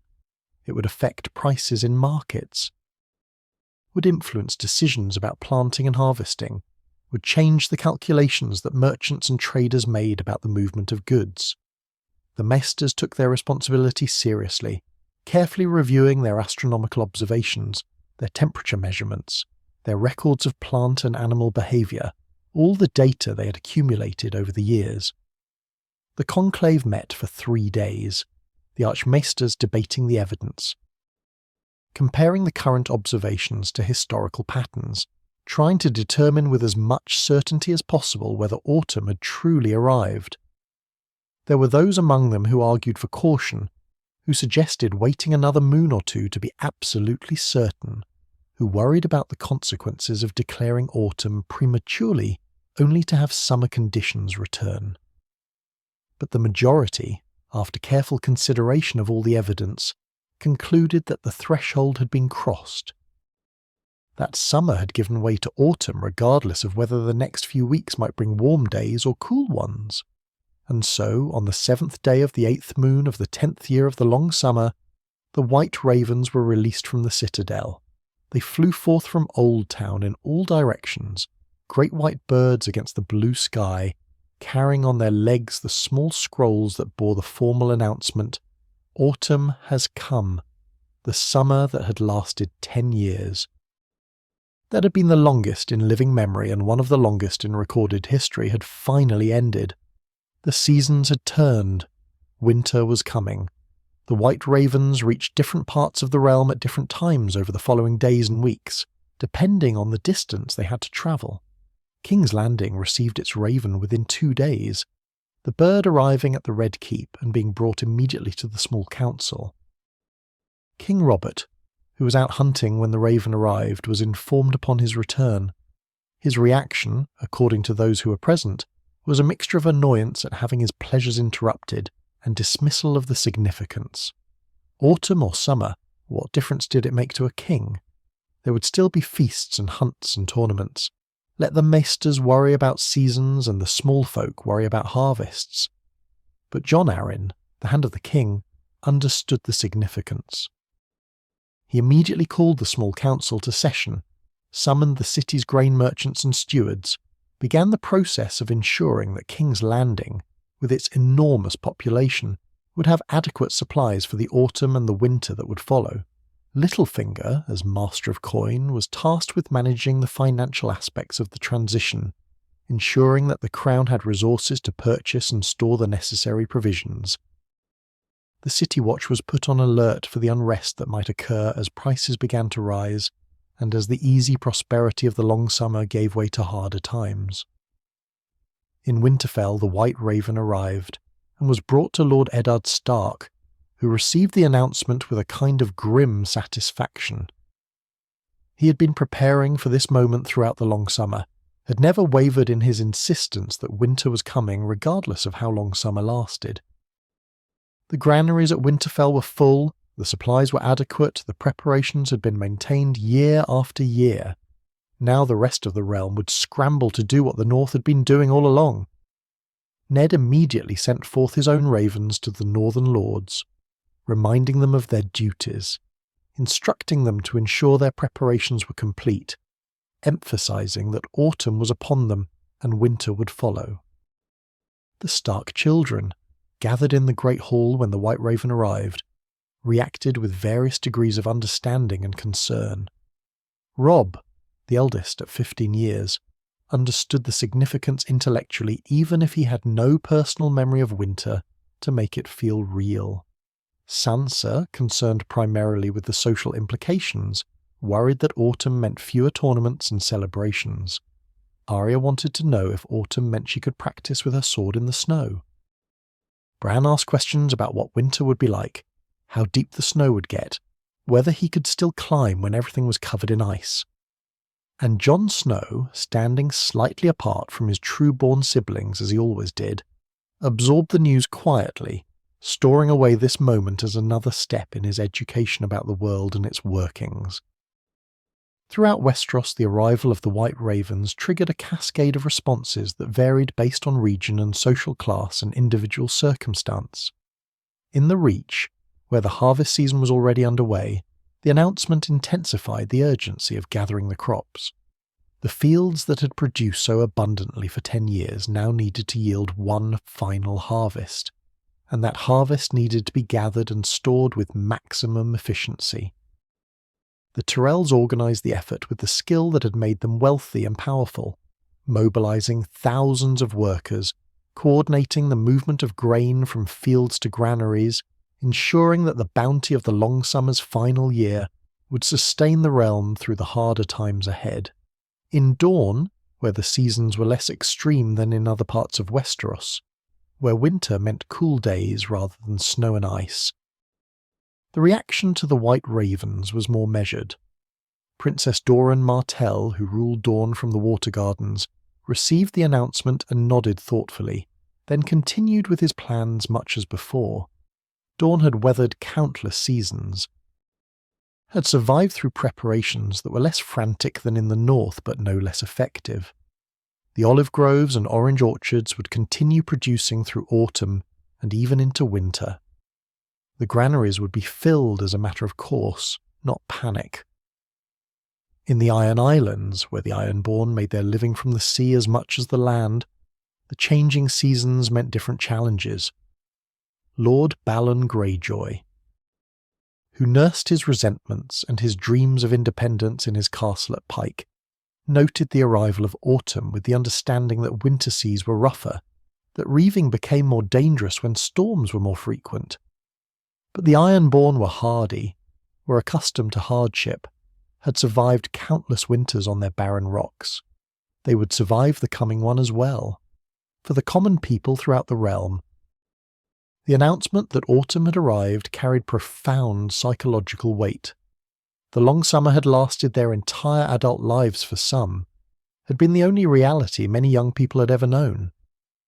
The prospect of returning to the normal cycle of seasons, of facing an autumn and then a winter, created anxiety that was both rational and irrational. Rationally, people understood that autumn didn't mean immediate hardship, that there would be time to prepare. That winter was still perhaps years away, But irrationally, the end of the endless summer felt like a loss, like something precious slipping away, like the ending of a golden age. In the markets and trading centres, the announcement triggered immediate economic changes. Merchants who had been holding grain in hopes that prices would rise saw their speculation validated. Within days of the White Raven's arrival, the price of wheat and barley and other staple grains began to climb. It wasn't a dramatic spike, not yet, but a steady increase as buyers rushed to secure supplies, and sellers recognised they now had leverage they hadn't possessed during the years of abundance. Smart merchants made fortunes. Foolish ones found themselves caught with perishable goods they couldn't sell, or with empty warehouses when they should have been full. The race to harvest and store the final summer's crops became the dominant activity throughout the realm during the remaining moons of autumn's first year. Every able-bodied person was pressed into service in the fields, cutting grain, gathering vegetables, picking fruit, moving the bounty from field to storage. The work was urgent, driven by the knowledge that frost could come at any time now, could destroy crops left unharvested, could turn abundance into loss in a single night. The harvest songs that workers sang in the fields had a different quality this year, a kind of desperate joy celebrating abundance while acknowledging its end. The actual harvests of this final year were good, not as extraordinary as the peak years of the long summer, but still well above average, still generous enough to fill granaries and leave surplus for sale and trade. But the psychological context was completely different. During the long summer's peak years, abundant harvests had been taken for granted, had been expected and barely remarked upon. Now, this final harvest was gathered with gratitude and relief, with the awareness that it might be the last abundant harvest for many years, that the autumn and winter ahead might bring shortages and hardship. The cultural shift that occurred with the arrival of the White Ravens was subtle but profound. A collective return to what might be called the winter mentality that had governed Westerosi thinking for thousands of years before the long summer's unusual duration had temporarily suspended it. People remembered, or were reminded by their elders, that resources were finite, that preparation was essential, that tomorrow might not be as kind as today. The casual spending and consumption that had characterized the long summer's peak years gave way to more careful accounting, to a renewed emphasis on saving rather than spending, on storing rather than consuming. This shift happened at every level of society. Lords who had been commissioning grand construction projects suddenly became more conservative, finishing essential work but postponing ambitious expansions. Merchants who had been extending generous credit became more cautious about loans, and more insistent on immediate payment. Common people who had been eating meat several times a week returned to diets heavier in bread and vegetables, salting and preserving the meat for harder times ahead. It wasn't that prosperity ended immediately with the arrival of the White Ravens. The realm was still wealthy, still had abundant resources, still had the accumulated surpluses of 10 years of plenty. But the psychology had changed.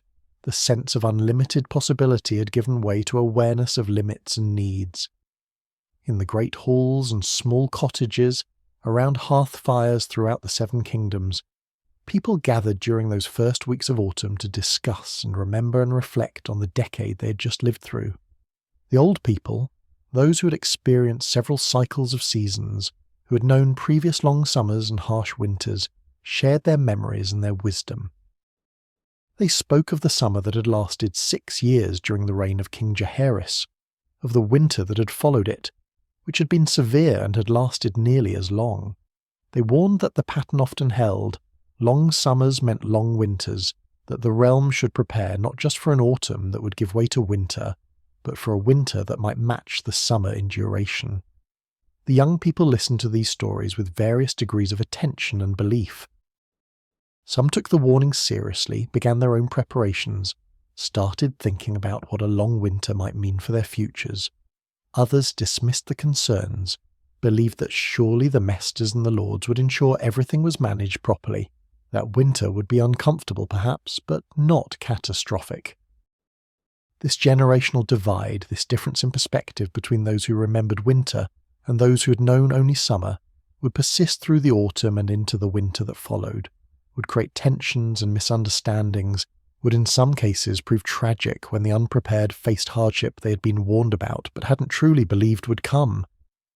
The reflection on the long summer, on what it had meant and what it had changed, became a common topic of conversation and contemplation during these transitional months. People tried to articulate what made the decade just past feel so significant, so transformative. It wasn't just the length, though the length was certainly remarkable. It was the way the extended prosperity had changed expectations, had created a generation that thought differently about the world, that had been shaped by abundance in ways that might not become fully apparent until they faced scarcity. Some saw the long summer as a blessing, a gift from the Seven or from fate or from whatever forces governed the seasons, a decade of plenty that had allowed the realm to recover from previous hardships, to build and grow and prosper in ways that would provide resources for the harder times ahead. Others saw it more ambiguously, as a blessing that had carried its own curse, that had created complacency and false expectations, that had made people soft and unprepared for the realities of normal seasonal variation. And a few, the most philosophical or perhaps the most pessimistic, saw it as neither blessing nor curse, but simply as what it was, an unusual climatic period that had happened for reasons no one understood, that had shaped their lives and their world, and that was now ending as all things end. As the year turned and the autumn progressed, as the days grew shorter and the nights cooler, as the leaves began to change colour in the southern forests and fall from the trees, the long summer became increasingly a memory rather than a present reality. People spoke of it in the past tense now, telling stories about events that had occurred during the 5th year or the 7th year, already organising the decade into a narrative with a beginning and middle and end. The summer that had seemed like it might last forever had revealed itself to be temporary after all, had taken its place in the long history of Westerosi seasons, remarkable for its length but ultimately just another summer, another season in the endless cycle that governed life in the Seven Kingdoms. The white ravens had flown, autumn had come, and winter, as the Starks had been warning all along, was indeed coming, inevitable and inexorable, approaching with each passing day, waiting just beyond the autumn horizon. While lords and maesters and kings experienced the long summer through the lens of politics and governance and grand historical patterns, the vast majority of people in Westeros experienced it in much simpler, more immediate ways, through the daily rhythms of work and family, through the small choices and challenges that filled their lives regardless of what season prevailed or how long it lasted. For the common people, the farmers and craftsmen and merchants and labourers who made up perhaps 99 of every 100 souls in the Seven Kingdoms, the long summer was not an abstract historical phenomenon to be analysed and debated.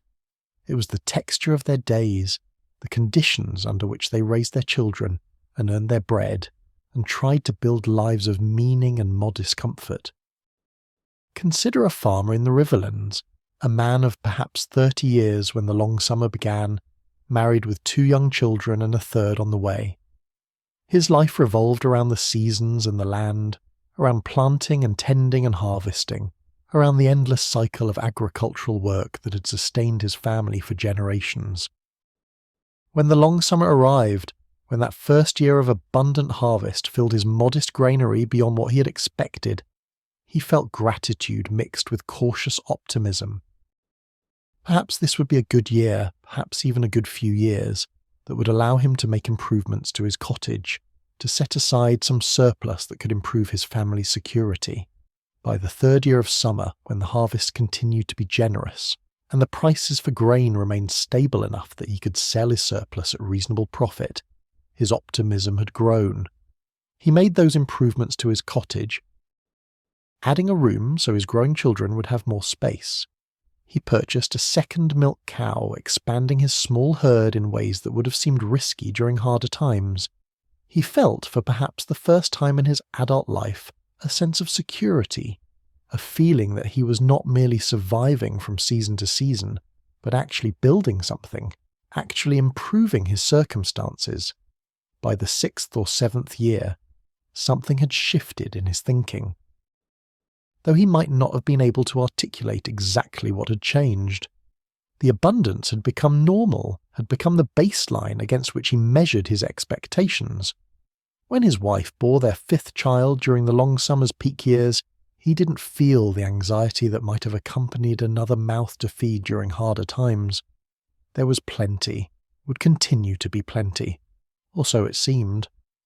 His older children were growing strong and tall on adequate food, were learning to read and write at the village sept, were positioned to have opportunities he had never possessed.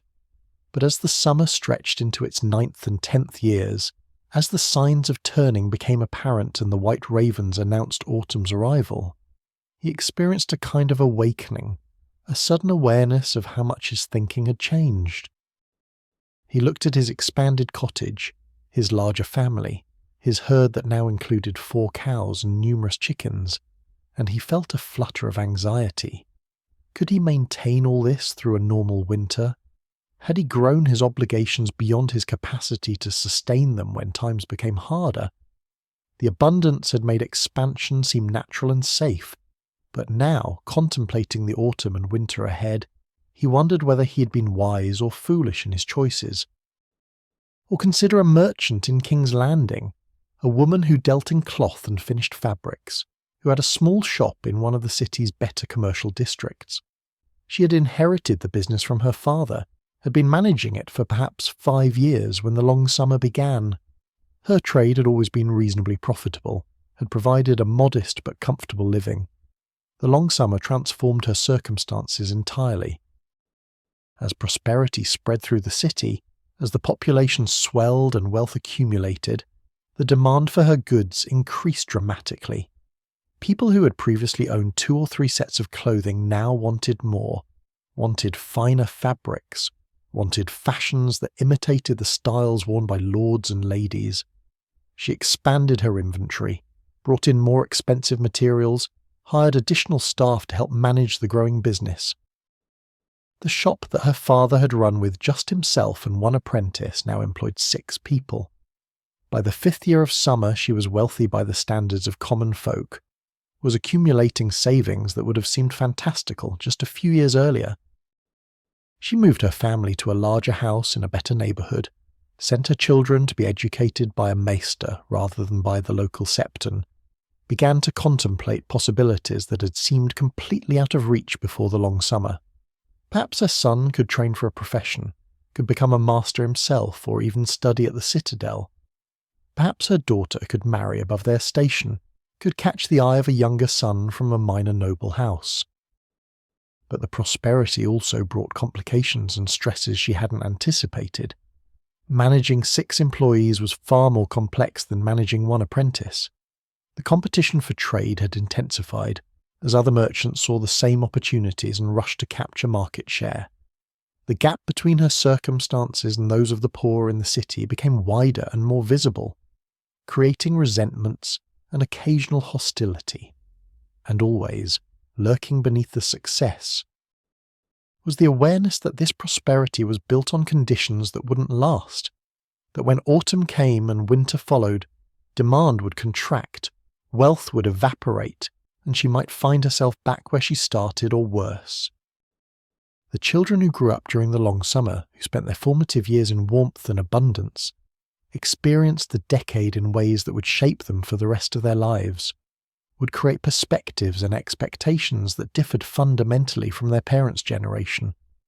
A girl who was born in the 2nd year of summer and who thus spent her entire childhood in warmth, knew nothing else, had no memory of cold or scarcity or hardship. Her world was one of long, sunny days, of adequate food, of relative safety and stability. She learned her letters at the village sept, something her mother had never had the opportunity to do because during the previous winter, resources had been too scarce to spare children from work. She played games with other children in the streets and fields, games that continued late into the evening because the days were so long and the weather so pleasant. She grew taller and stronger than her mother had at the same age. her development not stunted by malnutrition or interrupted by illness. In many ways, she was healthier and more capable than any generation of common children before her. But she also lacked certain kinds of knowledge and experience that previous generations had possessed by necessity. She didn't know what it felt like to be truly cold, to have frost nip at exposed fingers and toes, to wake in a cottage where ice had formed on the inside of the windows overnight. She didn't know what hunger felt like beyond missing a meal, didn't understand the gnawing anxiety of watching stored food supplies dwindle and wondering if they would last until spring. She had been taught about winter, certainly, had been told stories and warnings, but teaching is not the same as experience. When autumn arrived and adults began speaking with renewed urgency about preparing for winter, about gathering and storing and conserving, she understood intellectually what they meant but couldn't quite grasp it emotionally.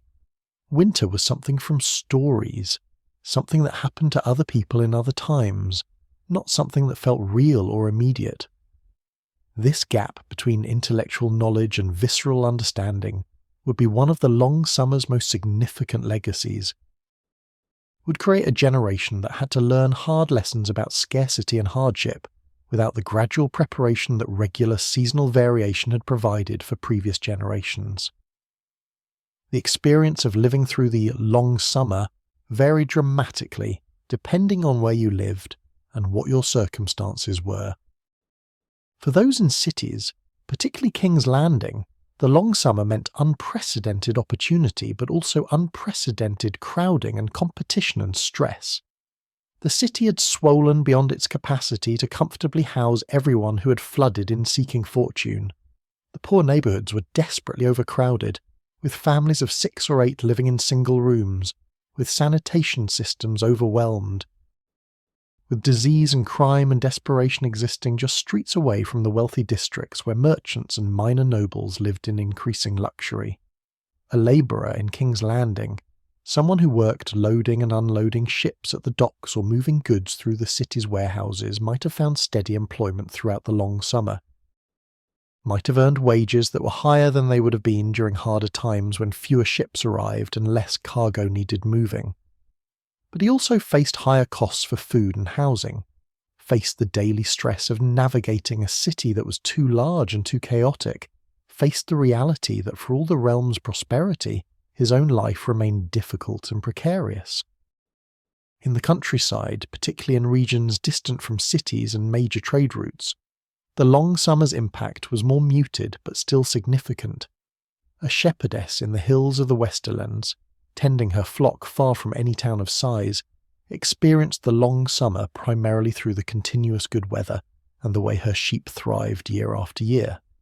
The extended warmth meant better grazing, meant healthier animals, meant more lambs surviving to maturity.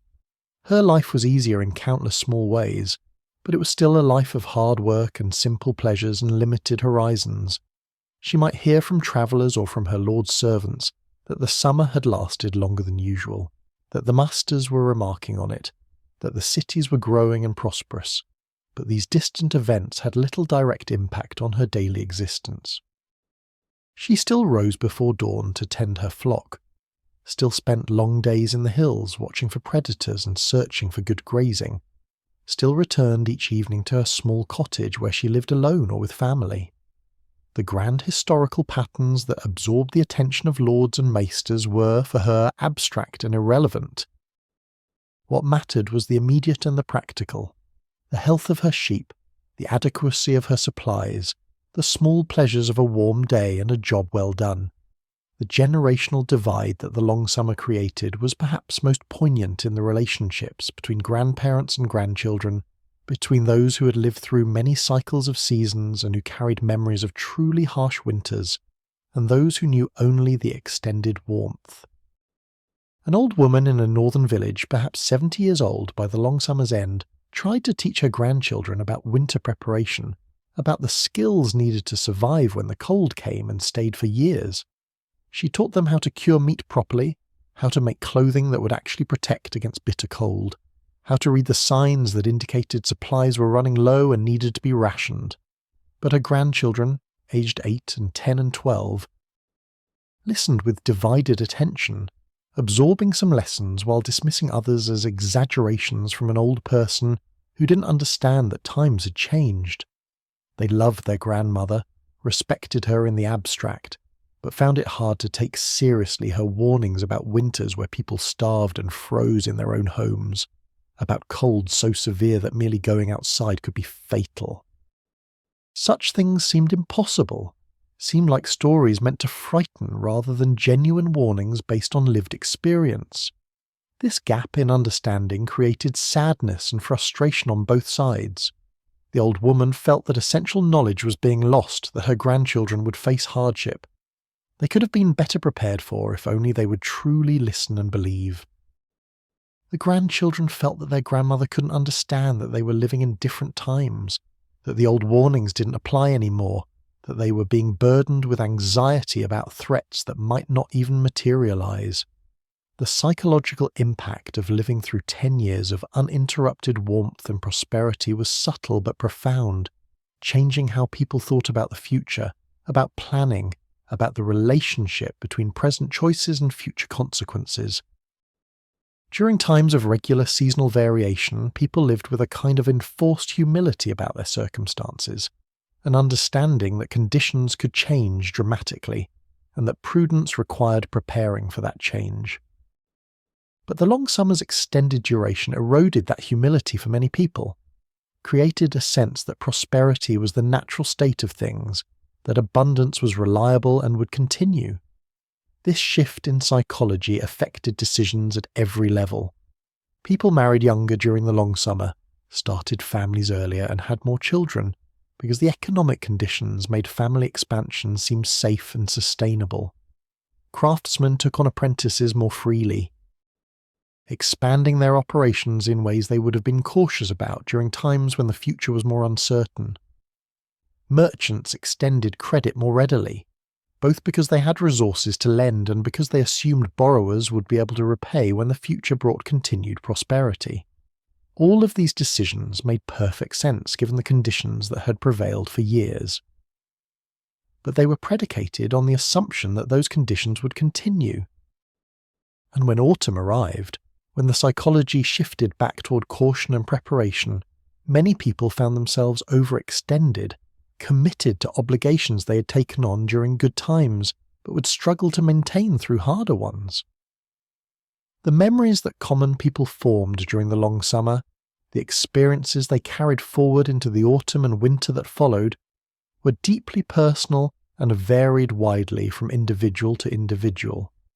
For some, the long summer would be remembered as a golden age, the best years of their lives, a time when everything seemed possible and the future looked bright. For others, it would be remembered more ambivalently, as a time of opportunity certainly, but also as a time when they made choices they later regretted, when they were lulled into complacency that left them vulnerable, and for the children, for that generation born during the long summer who would carry its influences throughout their lives, it would be remembered as simply how the world was, as the baseline reality against which everything else would be measured. They would be shaped by that decade of warmth in ways both obvious and subtle, would carry forward assumptions and expectations that made them different from their parents' generation, would face the challenges of autumn and winter with different resources and different vulnerabilities. The common experience of living through the long summer was ultimately about this, about how extraordinary conditions become ordinary through repetition, about how abundance changes psychology, about how memory and expectation shape perception of the present, and about how differently people experience the same historical moment depending on their circumstances and their age and their individual natures. The North experienced the long summer differently from the rest of Westeros, which is perhaps not surprising given that the North had always been different, had always stood somewhat apart from the southern kingdoms in its customs and values and ways of thinking. The vast territory stretching from the neck to the wall, covering more land than all the other kingdoms combined, had been shaped by thousands of years of harsh winters, of long dark months when snow piled higher than a man's height, and temperatures dropped so low that exposed skin froze in minutes. This history, this collective memory of hardship and survival created a culture that viewed seasons differently than the South, that understood winter not as an inconvenience or a period of reduced prosperity, but as an existential threat that required constant preparation. The words of House Stark, "Winter is coming," were more than just a motto or a warning to enemies. They were a philosophy, a way of life, a constant reminder that no matter how pleasant the present moment might be, no matter how warm the summer or abundant the harvest, winter would inevitably return. And when it did, those who had prepared would survive, and those who had not would perish. It was that simple, that stark, and the North's entire social structure and cultural identity had been built around this fundamental truth for as long as anyone could remember. So when the long summer arrived, when the years of warmth stretched on past the point where most summers ended, the North's reaction was characteristically cautious. The harvests were good, certainly, better than they would have been in a shorter summer, and Northerners were grateful for the abundance. The extended warmth made life easier in countless small ways. Travel was simpler when roads weren't covered in snow or ice. Construction could continue for more months of the year. Livestock thrived in conditions that would have been impossible during winter. But beneath the gratitude and the practical benefits, there remained this fundamental wariness, this understanding that the longer the summer lasted, the harder the eventual winter might be.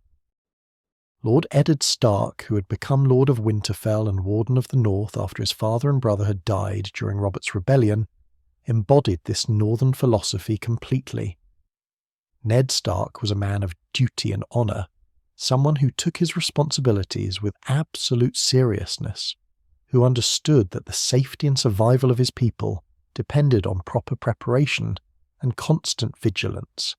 Throughout the long summer, even as the years accumulated and the warmth persisted, Ned never wavered in his insistence that winter preparations must continue, that the granaries must be filled, that supplies must be stored, that the old ways must be maintained. The granaries at Winterfell were always full during the long summer, or as full as they could be given the need to rotate stocks and prevent spoilage. Ned ensured that grain was collected from the harvest each year, that adequate supplies of salt fish and preserved meat were accumulated, that firewood was cut and stacked, that all the preparations that previous generations had maintained were continued without interruption. When some of his bannermen questioned whether such extensive preparations were necessary, given how long the summer had lasted, when they suggested that perhaps resources could be better used for other purposes, Ned's response was always the same: winter is coming. We prepare because we must, not because it is convenient or because we can predict when winter will arrive. We prepare because that is what the North has always done, and it is what has allowed us to survive. This insistence on preparation despite the extended summer created some tension within Northern society, though it was tension expressed quietly and respectfully, given the North's hierarchical social structure and the deep respect that Northerners had for House Stark. The older generation, those who had lived through the previous winter and who remembered the cold and the hardship, generally supported Ned's approach without question. They had experienced winter firsthand, had felt the bite of cold that went beyond mere discomfort into genuine danger, had known the anxiety of wondering whether stored supplies would last until spring. For them, Ned's preparations were not excessive but prudent, were exactly what a responsible lord should do. But the younger generation, particularly those who had been children when the last winter ended, and who had spent their formative years in the long summer's warmth, had more difficulty understanding the urgency. They knew intellectually that winter was serious, that preparation was important. They had been taught from early childhood about the necessity of storing food and fuel, about the dangers that winter posed, but knowledge acquired through teaching is different from knowledge acquired through experience, and for young Northerners who had never actually lived through a harsh winter, the preparation sometimes felt like excessive caution, like preparation for a threat that existed more in stories than in reality. This generational divide was perhaps most visible in Winterfell itself, where the Stark children were growing up during the long summer, receiving their education in the arts of nobility and warfare and governance, learning what it meant to be a Stark and a Northerner. The older children, Robb and Jon Snow, who had been young enough during the last winter to have only fragmentary memories, but old enough to have some sense of what it had been like, took their father's teachings about winter preparation seriously. They participated in the work of managing the castle's supplies, learned the skills needed to survive in harsh conditions, absorbed the lesson that a lord's primary responsibility was to ensure his people could endure whatever hardships came. The younger children, Sansa and Arya and Bran and Rickon, who had been born during the long summer, or who had been infants when it began, had more difficulty connecting the abstract warnings about winter to any concrete reality. Sansa, who was romantic and who loved stories of southern knights and courtly love, sometimes found the northern emphasis on preparation and survival rather grim and limiting. She dreamed of tournaments and balls, of elegant southern courts where ladies wore fine gowns and knights competed for their favour. The constant focus on winter and hardship felt restrictive to her, felt like it emphasised duty at the expense of beauty and joy. Arya, who was wild and tomboyish, and who resisted the constraints that society placed on high-born girls, had a different kind of resistance to the winter preparations. She wasn't interested in learning to manage a household, or to embroider, or to do any of the tasks that would supposedly be important during the long months when everyone was confined indoors. She wanted to learn swordplay, to ride and hunt and explore. The emphasis on indoor skills and careful resource management felt boring, felt like it was trying to make her into something she wasn't and didn't want to be. Bran, who was perhaps 7 or 8 years old during the long summer's final years, was curious about winter but couldn't quite imagine it despite all the stories and teachings. He asked endless questions about how deep the snow would get, whether you could still climb when everything was covered in ice, what the wolves did during winter, whether the cold really could freeze your breath. The adults tried to answer his questions, tried to help him understand, but there was a limit to how much you could convey through description. Winter, like so many fundamental experiences, was something that had to be lived to be truly understood, and Jon Snow, Ned's bastard son, occupied his usual complicated position in the family, present but slightly apart, included in the children's education but always aware of his different status. Jon took the lessons about winter perhaps more seriously than any of the true-born children, partly because his uncertain position made him more aware of the precariousness of life, partly because he was trying to prove himself worthy despite his bastardy. He practiced with his sword diligently, learned everything he could about survival and preparation, absorbed his father's teachings about duty and responsibility. The Stark household's approach to the long summer, this combination of enjoying the prosperity while never ceasing to prepare for winter, was reflected throughout the North at every level of society. Northern lords continued to fill their granaries, to store supplies, to maintain the infrastructure needed to survive harsh winters. The mountain clans, those fierce warriors who lived in the high passes, and who were perhaps the hardiest people in all of Westeros, continued their traditional ways without modification, gathering and storing, teaching their children the skills needed to survive when the snow came. But even in the north, even among people who prided themselves on their practical wisdom and their respect for winter's dangers, the long summer had its effects. The extended prosperity made life easier in ways that were hard to resist. Young people who had never experienced winter sometimes questioned whether all the preparation was truly necessary, whether their elders were being overly cautious. The abundance of food meant that storing vast quantities of grain seemed less urgent when you could harvest plenty again next year. The warm weather made the prospect of bitter cold feel distant and abstract, rather than immediate and real. This questioning of traditional wisdom was rarely voiced openly, was more a matter of private doubts and subtle resistance than open rebellion. Northern culture was conservative, was built on respect for tradition and for the wisdom of elders, and young Northerners had been raised to defer to their parents and lords. but the doubts existed nonetheless, another sign of how the long summer was changing even the most winter-conscious parts of the realm, how extended prosperity could erode vigilance even among people who understood intellectually why that vigilance was necessary. The wildlings beyond the wall, those free folk who lived in the haunted forest and the frozen wastes north of the Great Ice Barrier, experienced their own version of the long summer, though knowledge of their lives was limited and filtered through the observations of the Night's Watch Rangers who ventured beyond the wall. The wildlings had no maesters to measure the seasons or white ravens to announce their turning. They relied on direct observation of nature, on the behaviour of animals and the patterns of weather, on traditional knowledge passed down through generations. The extended summer meant that the wildlings could range further south than usual, could hunt and forage in areas that would normally be accessible only briefly before winter closed in. The game was more abundant, the fishing better, the overall conditions more favourable for survival. This prosperity affected the wildling tribes much as it affected the people south of the wall, creating a kind of confidence and expansion that came from years of relative plenty. The Night's Watch, the ancient order sworn to guard the wall and protect the realm from threats beyond, maintained their vigil throughout the long summer, though the nature of their duty was affected by the extended warmth in ways both obvious and subtle. The watch had been undermanned and under-resourced for so long that they had learned to make do with less, to stretch their limited forces across the vast length of the wall, to focus their efforts on the most important castles while leaving many of the older fortifications abandoned and unmanned. The long summer brought some relief to the Watch's chronic resource problems. Lords in the south, feeling prosperous and generous, were more willing to send supplies when asked.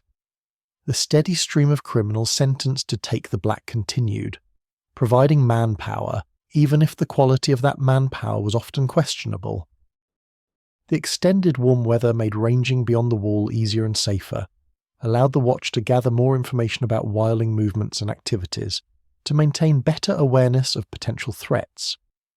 But the long summer also created new challenges for the Watch, or rather intensified existing challenges.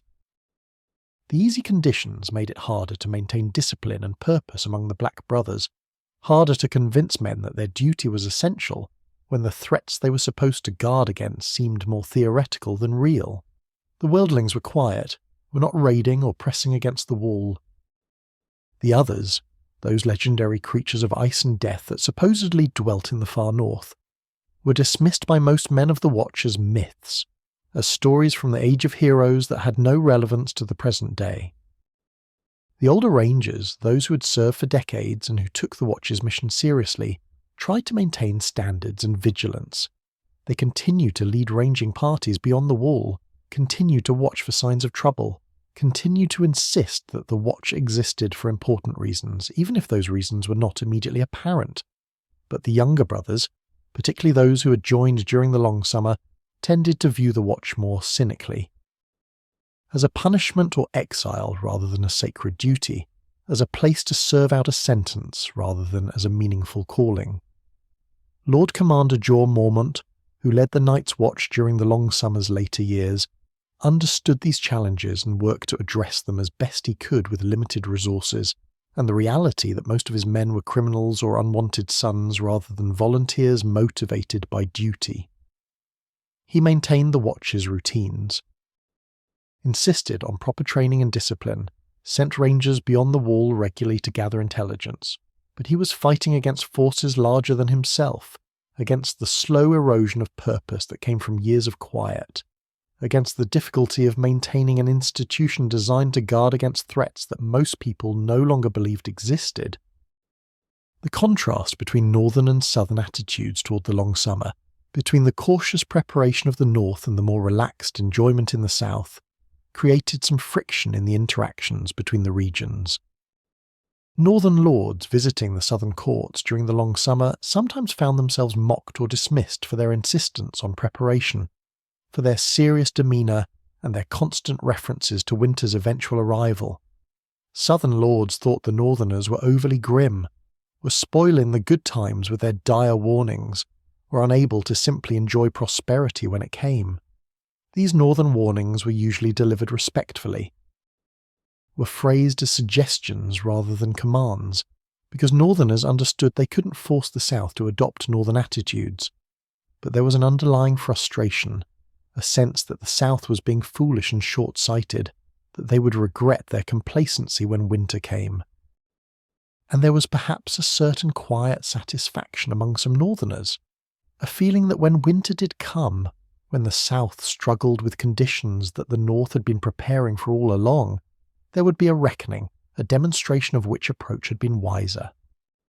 But these feelings of superiority or vindication were tempered by the understanding that Westeros was one realm, that the north and south were bound together, that if the south suffered in winter, the north would feel those effects as well through reduced trade and potential refugee movements and general instability. The wise northerners, people like Ned Stark, understood that northern interests were best served not by seeing the south fail, but by trying to encourage better preparation, by offering example and counsel, even when that counsel was not particularly welcome. As the long summer approached its end, as the signs of autumn began to appear, the north prepared for the transition with characteristic thoroughness. The final harvests were gathered with special care, every bit of grain collected and stored. Livestock that wouldn't survive the winter were slaughtered and preserved. Firewood was cut and stacked in vast quantities. The preparations that had continued throughout the long summer were intensified, completed, made ready for whatever would come.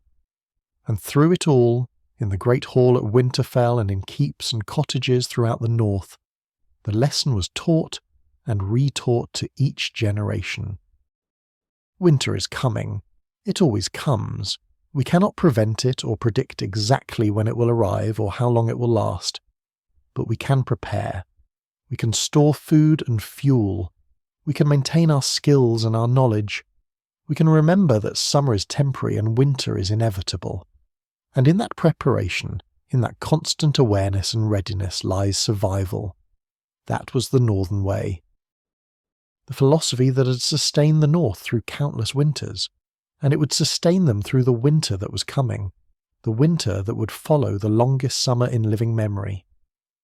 The long summer shaped an entire generation in ways that would ripple through Westerosi history for decades to come, influencing not just those who lived through it, but their children and even their grandchildren, creating patterns of thought and behaviour and expectation that would affect the great events of the years that followed.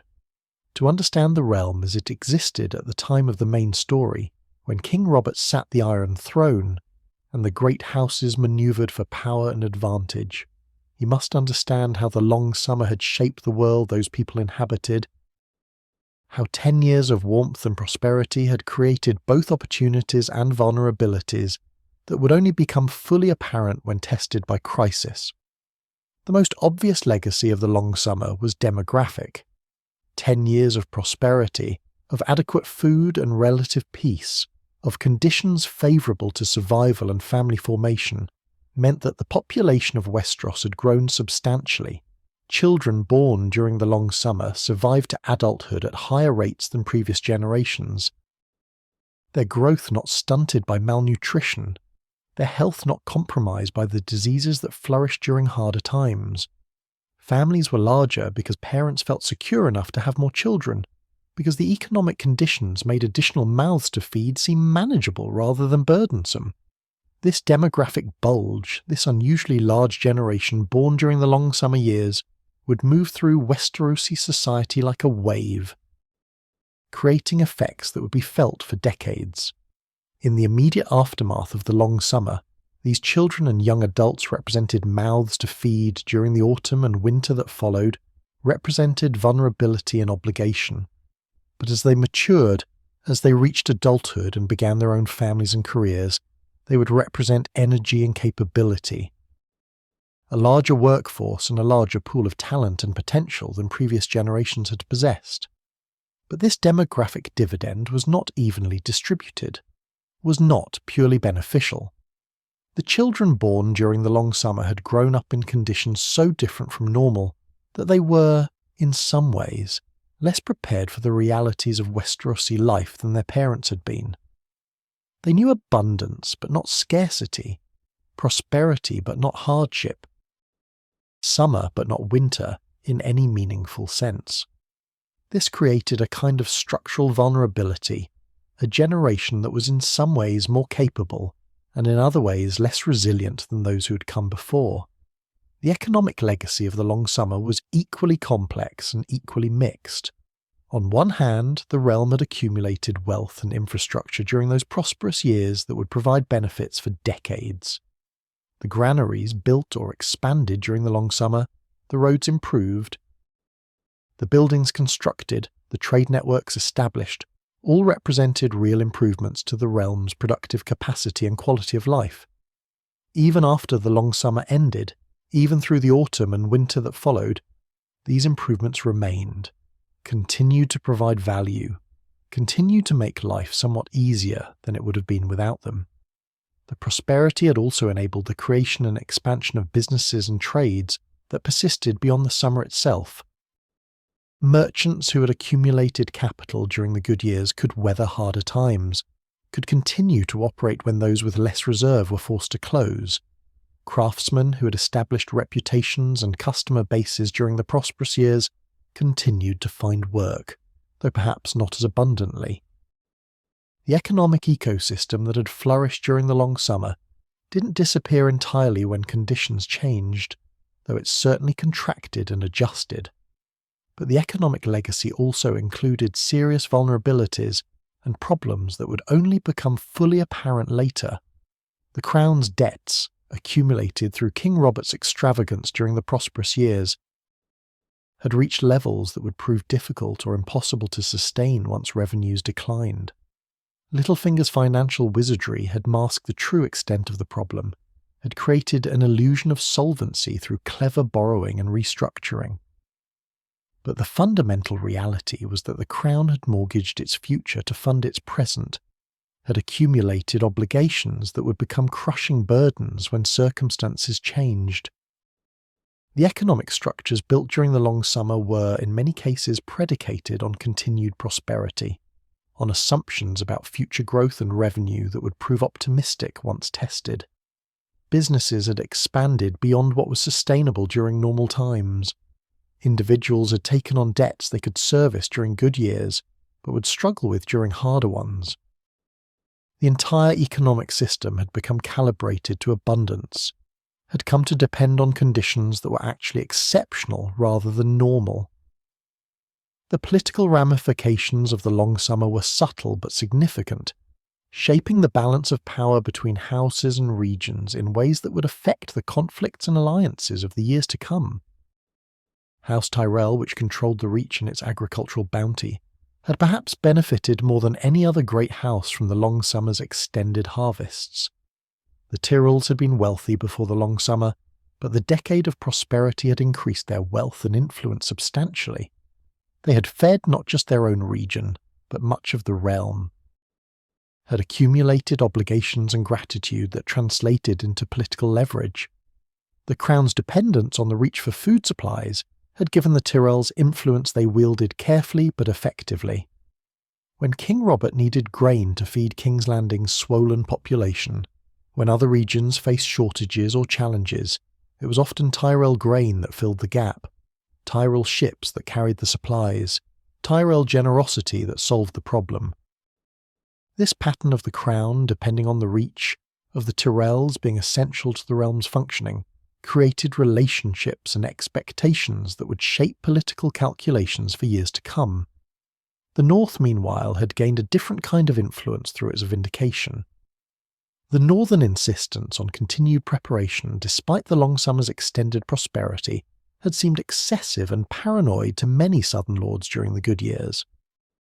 But when autumn came, when winter followed, when those who had heeded the warnings found themselves better positioned than those who had not, there was a grudging acknowledgement that perhaps the Northerners had been wise after all, that perhaps winter is coming was more than just Northern pessimism. This didn't translate into immediate political power for the North, which remained distant and relatively poor compared to the southern kingdoms. but it created a kind of moral authority, a sense that when the North spoke about preparation and duty and the hard realities of survival, they should perhaps be listened to more carefully. Lord Eddard Stark's reputation for honour and wisdom was enhanced by his steady leadership during the long summer, by his refusal to be seduced by prosperity into abandoning the old ways. The psychological and cultural impact of the long summer was perhaps its most profound legacy, though also the most difficult to measure or quantify. The decade of prosperity had changed how an entire generation thought about the world, had created expectations and assumptions that would persist long after the conditions that created them had disappeared. People who came of age during the long summer carried forward a kind of optimism, a belief that things generally got better, that prosperity was achievable, that the future held promise rather than just threat. This wasn't entirely naive or misplaced. The long summer had demonstrated that sustained prosperity was possible, that Westeros could be wealthy and relatively peaceful, that life could be good for extended periods. This knowledge, this lived experience of a better way, created aspirations and demands that would shape politics and society going forward. People who had experienced 10 years of adequate food and relative security were less willing to accept poverty and hardship as inevitable, were more likely to question authority that failed to provide for their welfare. But the optimism also carried dangers. The assumption that prosperity was normal rather than exceptional, that abundance would return or continue, led to decisions and behaviours that proved problematic when tested by hardship. People had difficulty adjusting their expectations downward, had difficulty accepting that the good times were over, had difficulty making the hard choices that scarcity required. The psychological adjustment from plenty to want, from summer to winter, proved challenging in ways that went beyond mere material circumstances. The cultural flowering that occurred during the long summer, the art and music and literature created during those prosperous years, represented another kind of legacy. Periods of prosperity and stability tend to produce cultural achievement, to enable creativity and artistic expression that harder times suppress. The long summer was no exception. Musicians and poets and artists found patronage during those years, created works that would endure and would help define the era in memory. The songs and stories from the long summer carried a particular quality, a lightness and joy and sense of possibility that reflected the times that produced them. The winter that followed the long summer, when it finally came, was harsh but not catastrophic, which was both a blessing and in some ways a missed opportunity for learning. The winter lasted approximately 2 to 3 years, which was neither particularly short nor dangerously long by historical standards. The cold was severe, particularly in the north, but not as extreme as the worst winters in living memory. The food supplies, accumulated during 10 years of abundant harvests, proved adequate to see most regions through, though there were certainly areas where people suffered and died from cold and hunger. This moderate severity of the winter meant that those who had prepared adequately, who had heeded the warnings and filled their granaries and stored their supplies, came through relatively well. The northern lords who had maintained their vigilance throughout the long summer found that their preparations were vindicated, that they had food enough to feed their people and fuel enough to keep them warm. The southern lords who had taken the warning seriously, who had used the long summer's abundance to build reserves, also weathered the winter successfully. But those who had not prepared, who had dismissed the warnings or who had consumed their surpluses during the prosperous years rather than storing them, faced genuine hardship. In some regions, particularly in areas where local lords had been less prudent, people went hungry. The poor in the cities, those who had no reserves and who depended on daily wages to buy daily bread, suffered when work became scarce and prices rose. The death toll from the winter was significant in these vulnerable populations, though not catastrophic in the way that the worst historical winters had been. The moderate severity of this winter created a kind of ambiguity in the lessons people drew from the long summer and its aftermath. Those who had prepared could point to their success and say, "See, preparation matters. The warnings were correct. Winter is coming is wisdom we ignore at our peril. But those who had been less careful, particularly if they had managed to muddle through the winter without complete disaster, could rationalise their choices, could say that the warnings had been exaggerated, that things hadn't been as bad as predicted, that perhaps the old cautions about winter were outdated. This ambiguity meant that the full lesson of the long summer, the importance of maintaining preparation and vigilance even during extended prosperity, was learned incompletely by many people.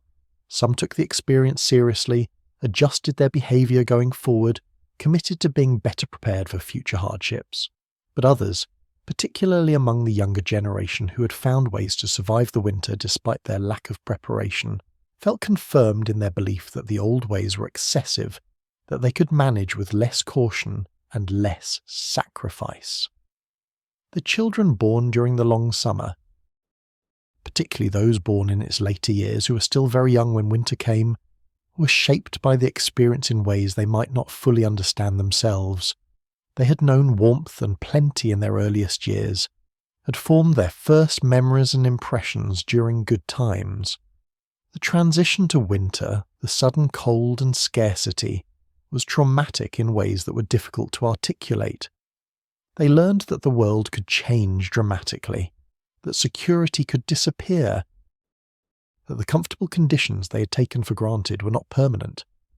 Among these long summer children was Jon Snow, bastard son of Eddard Stark, who had been born late in the summer and who spent his early childhood in the warmth before experiencing his first true winter. The experience of growing up in Winterfell, of being raised alongside his true-born siblings but always aware of his different status, shaped by both the prosperity of the long summer and the hardship of the winter that followed, would influence the man he would become, the choices he would make, the path his life would take. And far to the east, across the narrow sea in exile, a girl named Daenerys Targaryen was born just as the long summer ended, or shortly thereafter, coming into a world that was already turning toward autumn. She would grow up in hardship and exile, would know none of the prosperity that had characterized the long summer, would be shaped instead by loss and danger and the constant struggle for survival. The contrast between her experience and that of the children who had grown up during the long summer's warmth would be stark, would create in her a hunger and determination and hardness that those raised in comfort often lacked. The irony of the long summer's legacy was that prosperity, which seemed like an unalloyed blessing during the years it lasted, had created vulnerabilities that would only become apparent when tested by crisis. The abundance had bred complacency, had led people to make assumptions and take risks that proved problematic when circumstances changed. The extended good times had eroded vigilance, had made caution seem unnecessary, had created a generation less prepared for hardship than their parents had been despite having more material resources. This pattern of prosperity creating its own problems, of abundance leading to complacency that breeds vulnerability, was perhaps the deepest lesson of the long summer, though it was a lesson that many people never fully learned or accepted. It suggested that hardship, while painful and undesirable, served a purpose in maintaining readiness and resilience. It suggested that the irregular seasons of Westeros, as frustrating and dangerous as they were, had shaped a culture that was in some ways more capable of survival than would have developed under more predictable conditions. The long summer lived on in memory long after its warmth had faded, was referenced in conversations and stories, was held up as an example or a warning depending on who was telling the tale. Old people who had lived through it spoke of those years with nostalgia, remembering the good times, perhaps forgetting or minimizing the problems and complications. Young people who had been children during the long summer carried vague impressions of endless sunny days, of feeling safe and warm, of a golden time before things became harder. And always, lurking beneath the memories and the analysis and the stories, was this question: would there be another long summer? Would the seasons ever again align to create such an extended period of warmth and prosperity? Or was the long summer a unique event, something that occurred once in many lifetimes, something that those who experienced it should feel grateful to have known? The Masters could not answer this question, could not predict the future course of seasons any better than they could explain the irregular patterns of the past. What was certain was that the long summer had changed Westeros, had shaped a generation, had created a realm that was different from what had existed before, different in its capabilities and its vulnerabilities, different in its assumptions and expectations. The legacy of those 10 years of warmth would echo through the decades to come, would influence events and decisions and conflicts in ways both obvious and subtle, would remain a reference point and a memory for as long as those who had lived through it survived to tell their tales. There is a kind of contemplative exercise, perhaps futile but nonetheless compelling, in considering how history might have unfolded differently under altered circumstances, in imagining the paths not taken, the possibilities that existed but were never realized. And when we think about the long summer, about those 10 years of warmth and prosperity, we might find ourselves wondering, what if it had been different? What if the summer had been shorter or longer, or if it had never occurred at all? How would the realm have been changed by these alternate possibilities? Imagine for a moment that the summer had lasted only 4 or 5 years instead of 10. That it had been a good summer certainly, but not an extraordinary one. Not long enough to create the profound psychological and cultural shifts that the actual long summer produced. The harvest would still have been abundant for those years, the prosperity real, but the impact would have been more limited, more contained. People would have enjoyed the good times certainly, would have been grateful for the warmth and the full granaries, but they would not have had time to fundamentally change their thinking, to shift from seeing summer as temporary to seeing it as potentially permanent. In this shorter summer, the demographic impact would have been much less pronounced. Fewer children would have been born during the prosperous years, or rather, the birth rate might have increased somewhat, but not enough to create a significant demographic bulge. The population would have grown modestly rather than substantially, would have remained closer to its historical average. This would have meant fewer mouths to feed during the subsequent winter, less strain on resources, but also less potential energy and capability in the following generation. The economic effects of a shorter summer would similarly have been more muted. Yes, there would have been some accumulation of wealth, some construction of infrastructure, some expansion of trade and commerce, but without the extended duration that allowed these trends to compound year after year, the overall impact would have been limited. The crown would have accumulated less debt, perhaps, because there would have been fewer years of extravagant spending, but it also would have collected less revenue, would have had less opportunity to strengthen its position through prosperity. The psychological impact might have been the most different.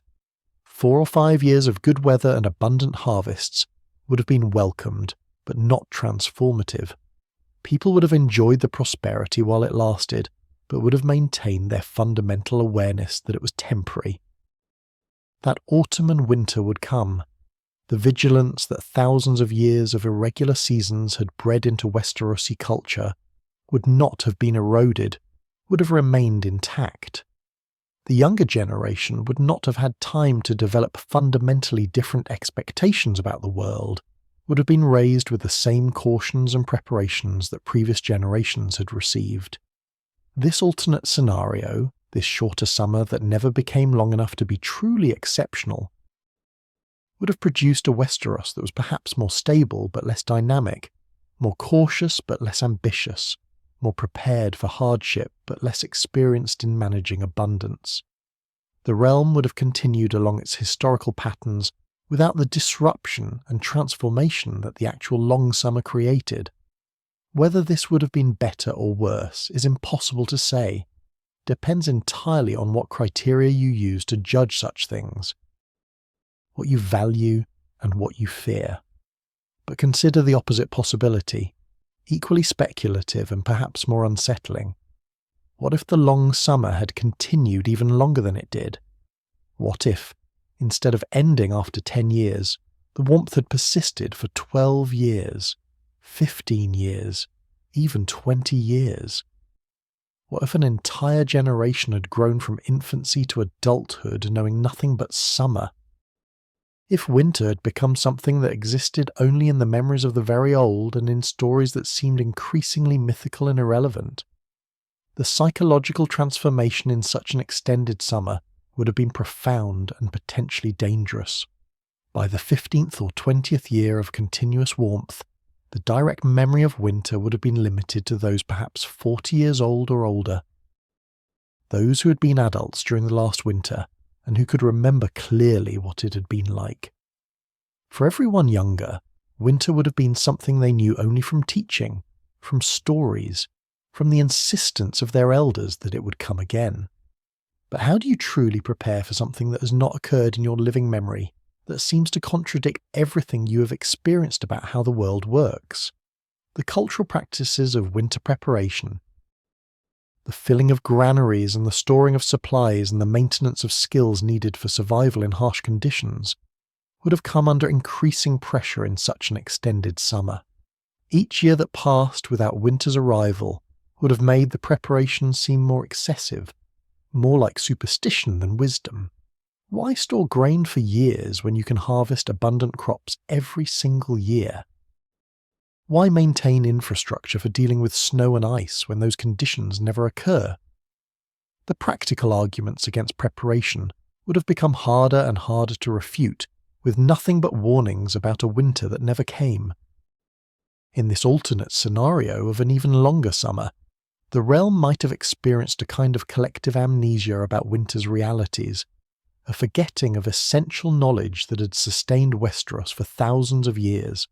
The Night's Watch might have been dissolved as unnecessary, the wall abandoned as a relic from a more superstitious age. The northern emphasis on winter as coming might have been dismissed entirely as excessive caution from a backward region that refused to accept that the world had changed.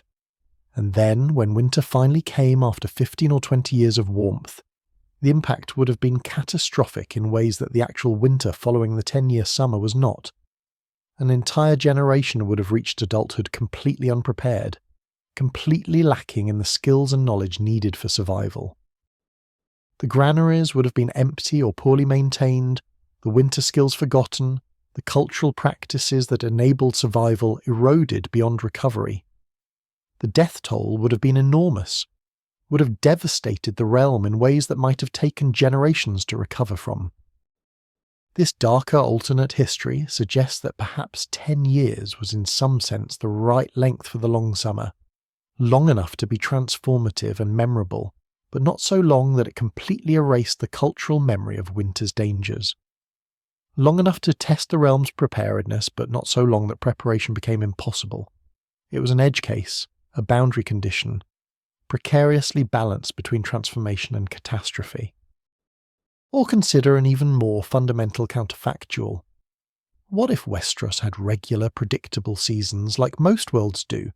If summer always lasted precisely the same length, and was followed by autumn and winter of equally predictable duration? How would this change have shaped the civilization that developed, the culture and the values and the way people thought about the future? Predictable seasons would have eliminated the kind of anxious uncertainty that characterized Westerosi planning, would have allowed people to prepare with confidence, knowing exactly when winter would arrive and how long it would last.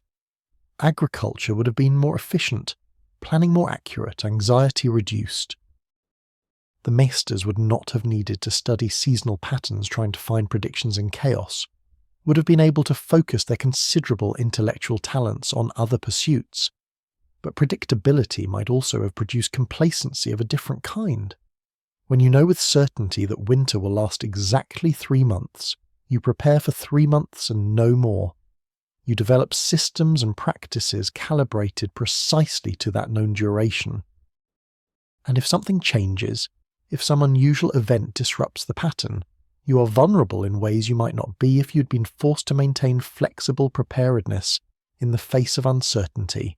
The irregular seasons of Westeros, as frustrating and dangerous as they were, had perhaps created a culture that was more adaptable, more resilient in the face of the unknown, more capable of dealing with circumstances that deviated from expectation. The very unpredictability that made life harder had also made the society stronger in certain ways, had bred into people a kind of cautious flexibility that served them well in crisis. These alternate histories, these imagined variations on what actually occurred, are of course pure speculation, exercises in contemplation that can never be tested or verified. We cannot know how a shorter summer or longer summer or regular seasons would actually have affected the development of Westerosi civilization, because we only have the one history that actually occurred, the one sequence of events that played out. All the other possibilities exist only in imagination, in the realm of what might have been but never was. But there is value in this speculation nonetheless, in the way it helps us understand the contingency of history, the role that chance and circumstance play in shaping outcomes. The long summer was not inevitable, was not the result of some grand design or cosmic plan. It was, as far as anyone could tell, simply what happened, a confluence of factors that no one fully understood producing conditions that lasted 10 years instead of 5 or 15. And those 10 years shaped a generation, changed the realm, set in motion consequences that would ripple forward through decades. This awareness of contingency, of how easily things might have been different, creates a kind of humility about historical causation. We can trace the effects of the long summer, can see how it influenced subsequent events, but we cannot say with certainty what would have occurred in its absence or with its alteration. History is not a simple chain of cause and effect, but a complex web of interconnected factors, where small variations can produce large differences, and where the same conditions can lead to different outcomes depending on countless other circumstances. The unknowability of the seasons themselves, the fundamental mystery of why Westeros experienced irregular rather than regular seasonal patterns, served perhaps as a metaphor for this larger uncertainty about causation and consequence. The masters had studied the question for centuries, had developed elaborate theories and conducted careful observations, and yet they were no closer to truly understanding why the seasons behaved as they did. They could describe the patterns, could sometimes predict when a season had turned, but they could not explain the underlying cause, could not answer the fundamental question of why. This acceptance of mystery, this acknowledgement that some things cannot be fully understood no matter how carefully we study them, represented perhaps a kind of wisdom. Not everything has an explanation that human minds can grasp. Not every pattern has a cause that can be discovered through observation and reasoning. Some things simply are, occur without comprehensible reason, must be accepted and adapted to rather than fully understood. The relationship between humanity and forces beyond human control, between the realm and the seasons that governed so much of life, was ultimately one of adaptation rather than mastery. People could not control when summer would end or when winter would begin. They could not determine how long the warmth would last or how harsh the cold would be. They could only observe and prepare and respond, could only do their best to survive whatever conditions prevailed, could only hope that their preparations would prove adequate when tested. And in this fundamental powerlessness in the face of forces larger than themselves, in this necessity of living with uncertainty and preparing for unknowable futures, perhaps there was a lesson about the human condition more generally. We do not control the circumstances we are born into, cannot determine the great patterns that shape our world, cannot fully predict what consequences will flow from our choices and actions. All we can do is prepare as best we can, maintain flexibility in the face of uncertainty, and try to learn from experience even while acknowledging how limited our understanding truly is. The long summer happened, shaped a generation, changed the realm, and then ended, giving way to autumn and then to winter and eventually to summer again. Whether it was too short or too long, or exactly the right length, whether it came at the right moment or the wrong one, whether its consequences were ultimately beneficial or harmful. These are questions that have no definitive answers, that depend on perspective and values and which effects you choose to emphasize. What we can say with certainty is that it happened, that people lived through it, that they were changed by the experience in ways both profound and subtle, and that the memory of those 10 years of warmth would persist long after the conditions that created them had faded into history. And so we've drifted through 10 years of summer, through warmth and prosperity, and the slow changes they brought to a realm and its people. We've watched how abundance transforms expectations, how time erodes vigilance, how children grow into a world their parents never knew. We've seen farmers and merchants and lords all adapting to conditions that seemed permanent, but were always temporary, always turning toward the autumn that would inevitably come. These are human stories, really, beneath all the castles and kingdoms and the great historical patterns. Stories about preparing for hardship we cannot predict, about enjoying prosperity while it lasts, about teaching our children lessons they can only truly learn through their own experience, about the seasons of life, the cycles we cannot control, the way memory and hope shape how we navigate the present. Perhaps you felt the warmth of your own long summers, known the anxiety of approaching winters, understood in your own way what it means to prepare for changes you cannot prevent. The seasons turn in all our lives, in ways both literal and metaphorical. So let yourself rest now. Let the story fade like summer into autumn, like waking into dream. The realm can wait. The seasons will turn without you. All is well. Winter is coming, yes, but not tonight. Tonight there is only warmth, only peace, only the gentle drift into darkness and rest. Sleep well.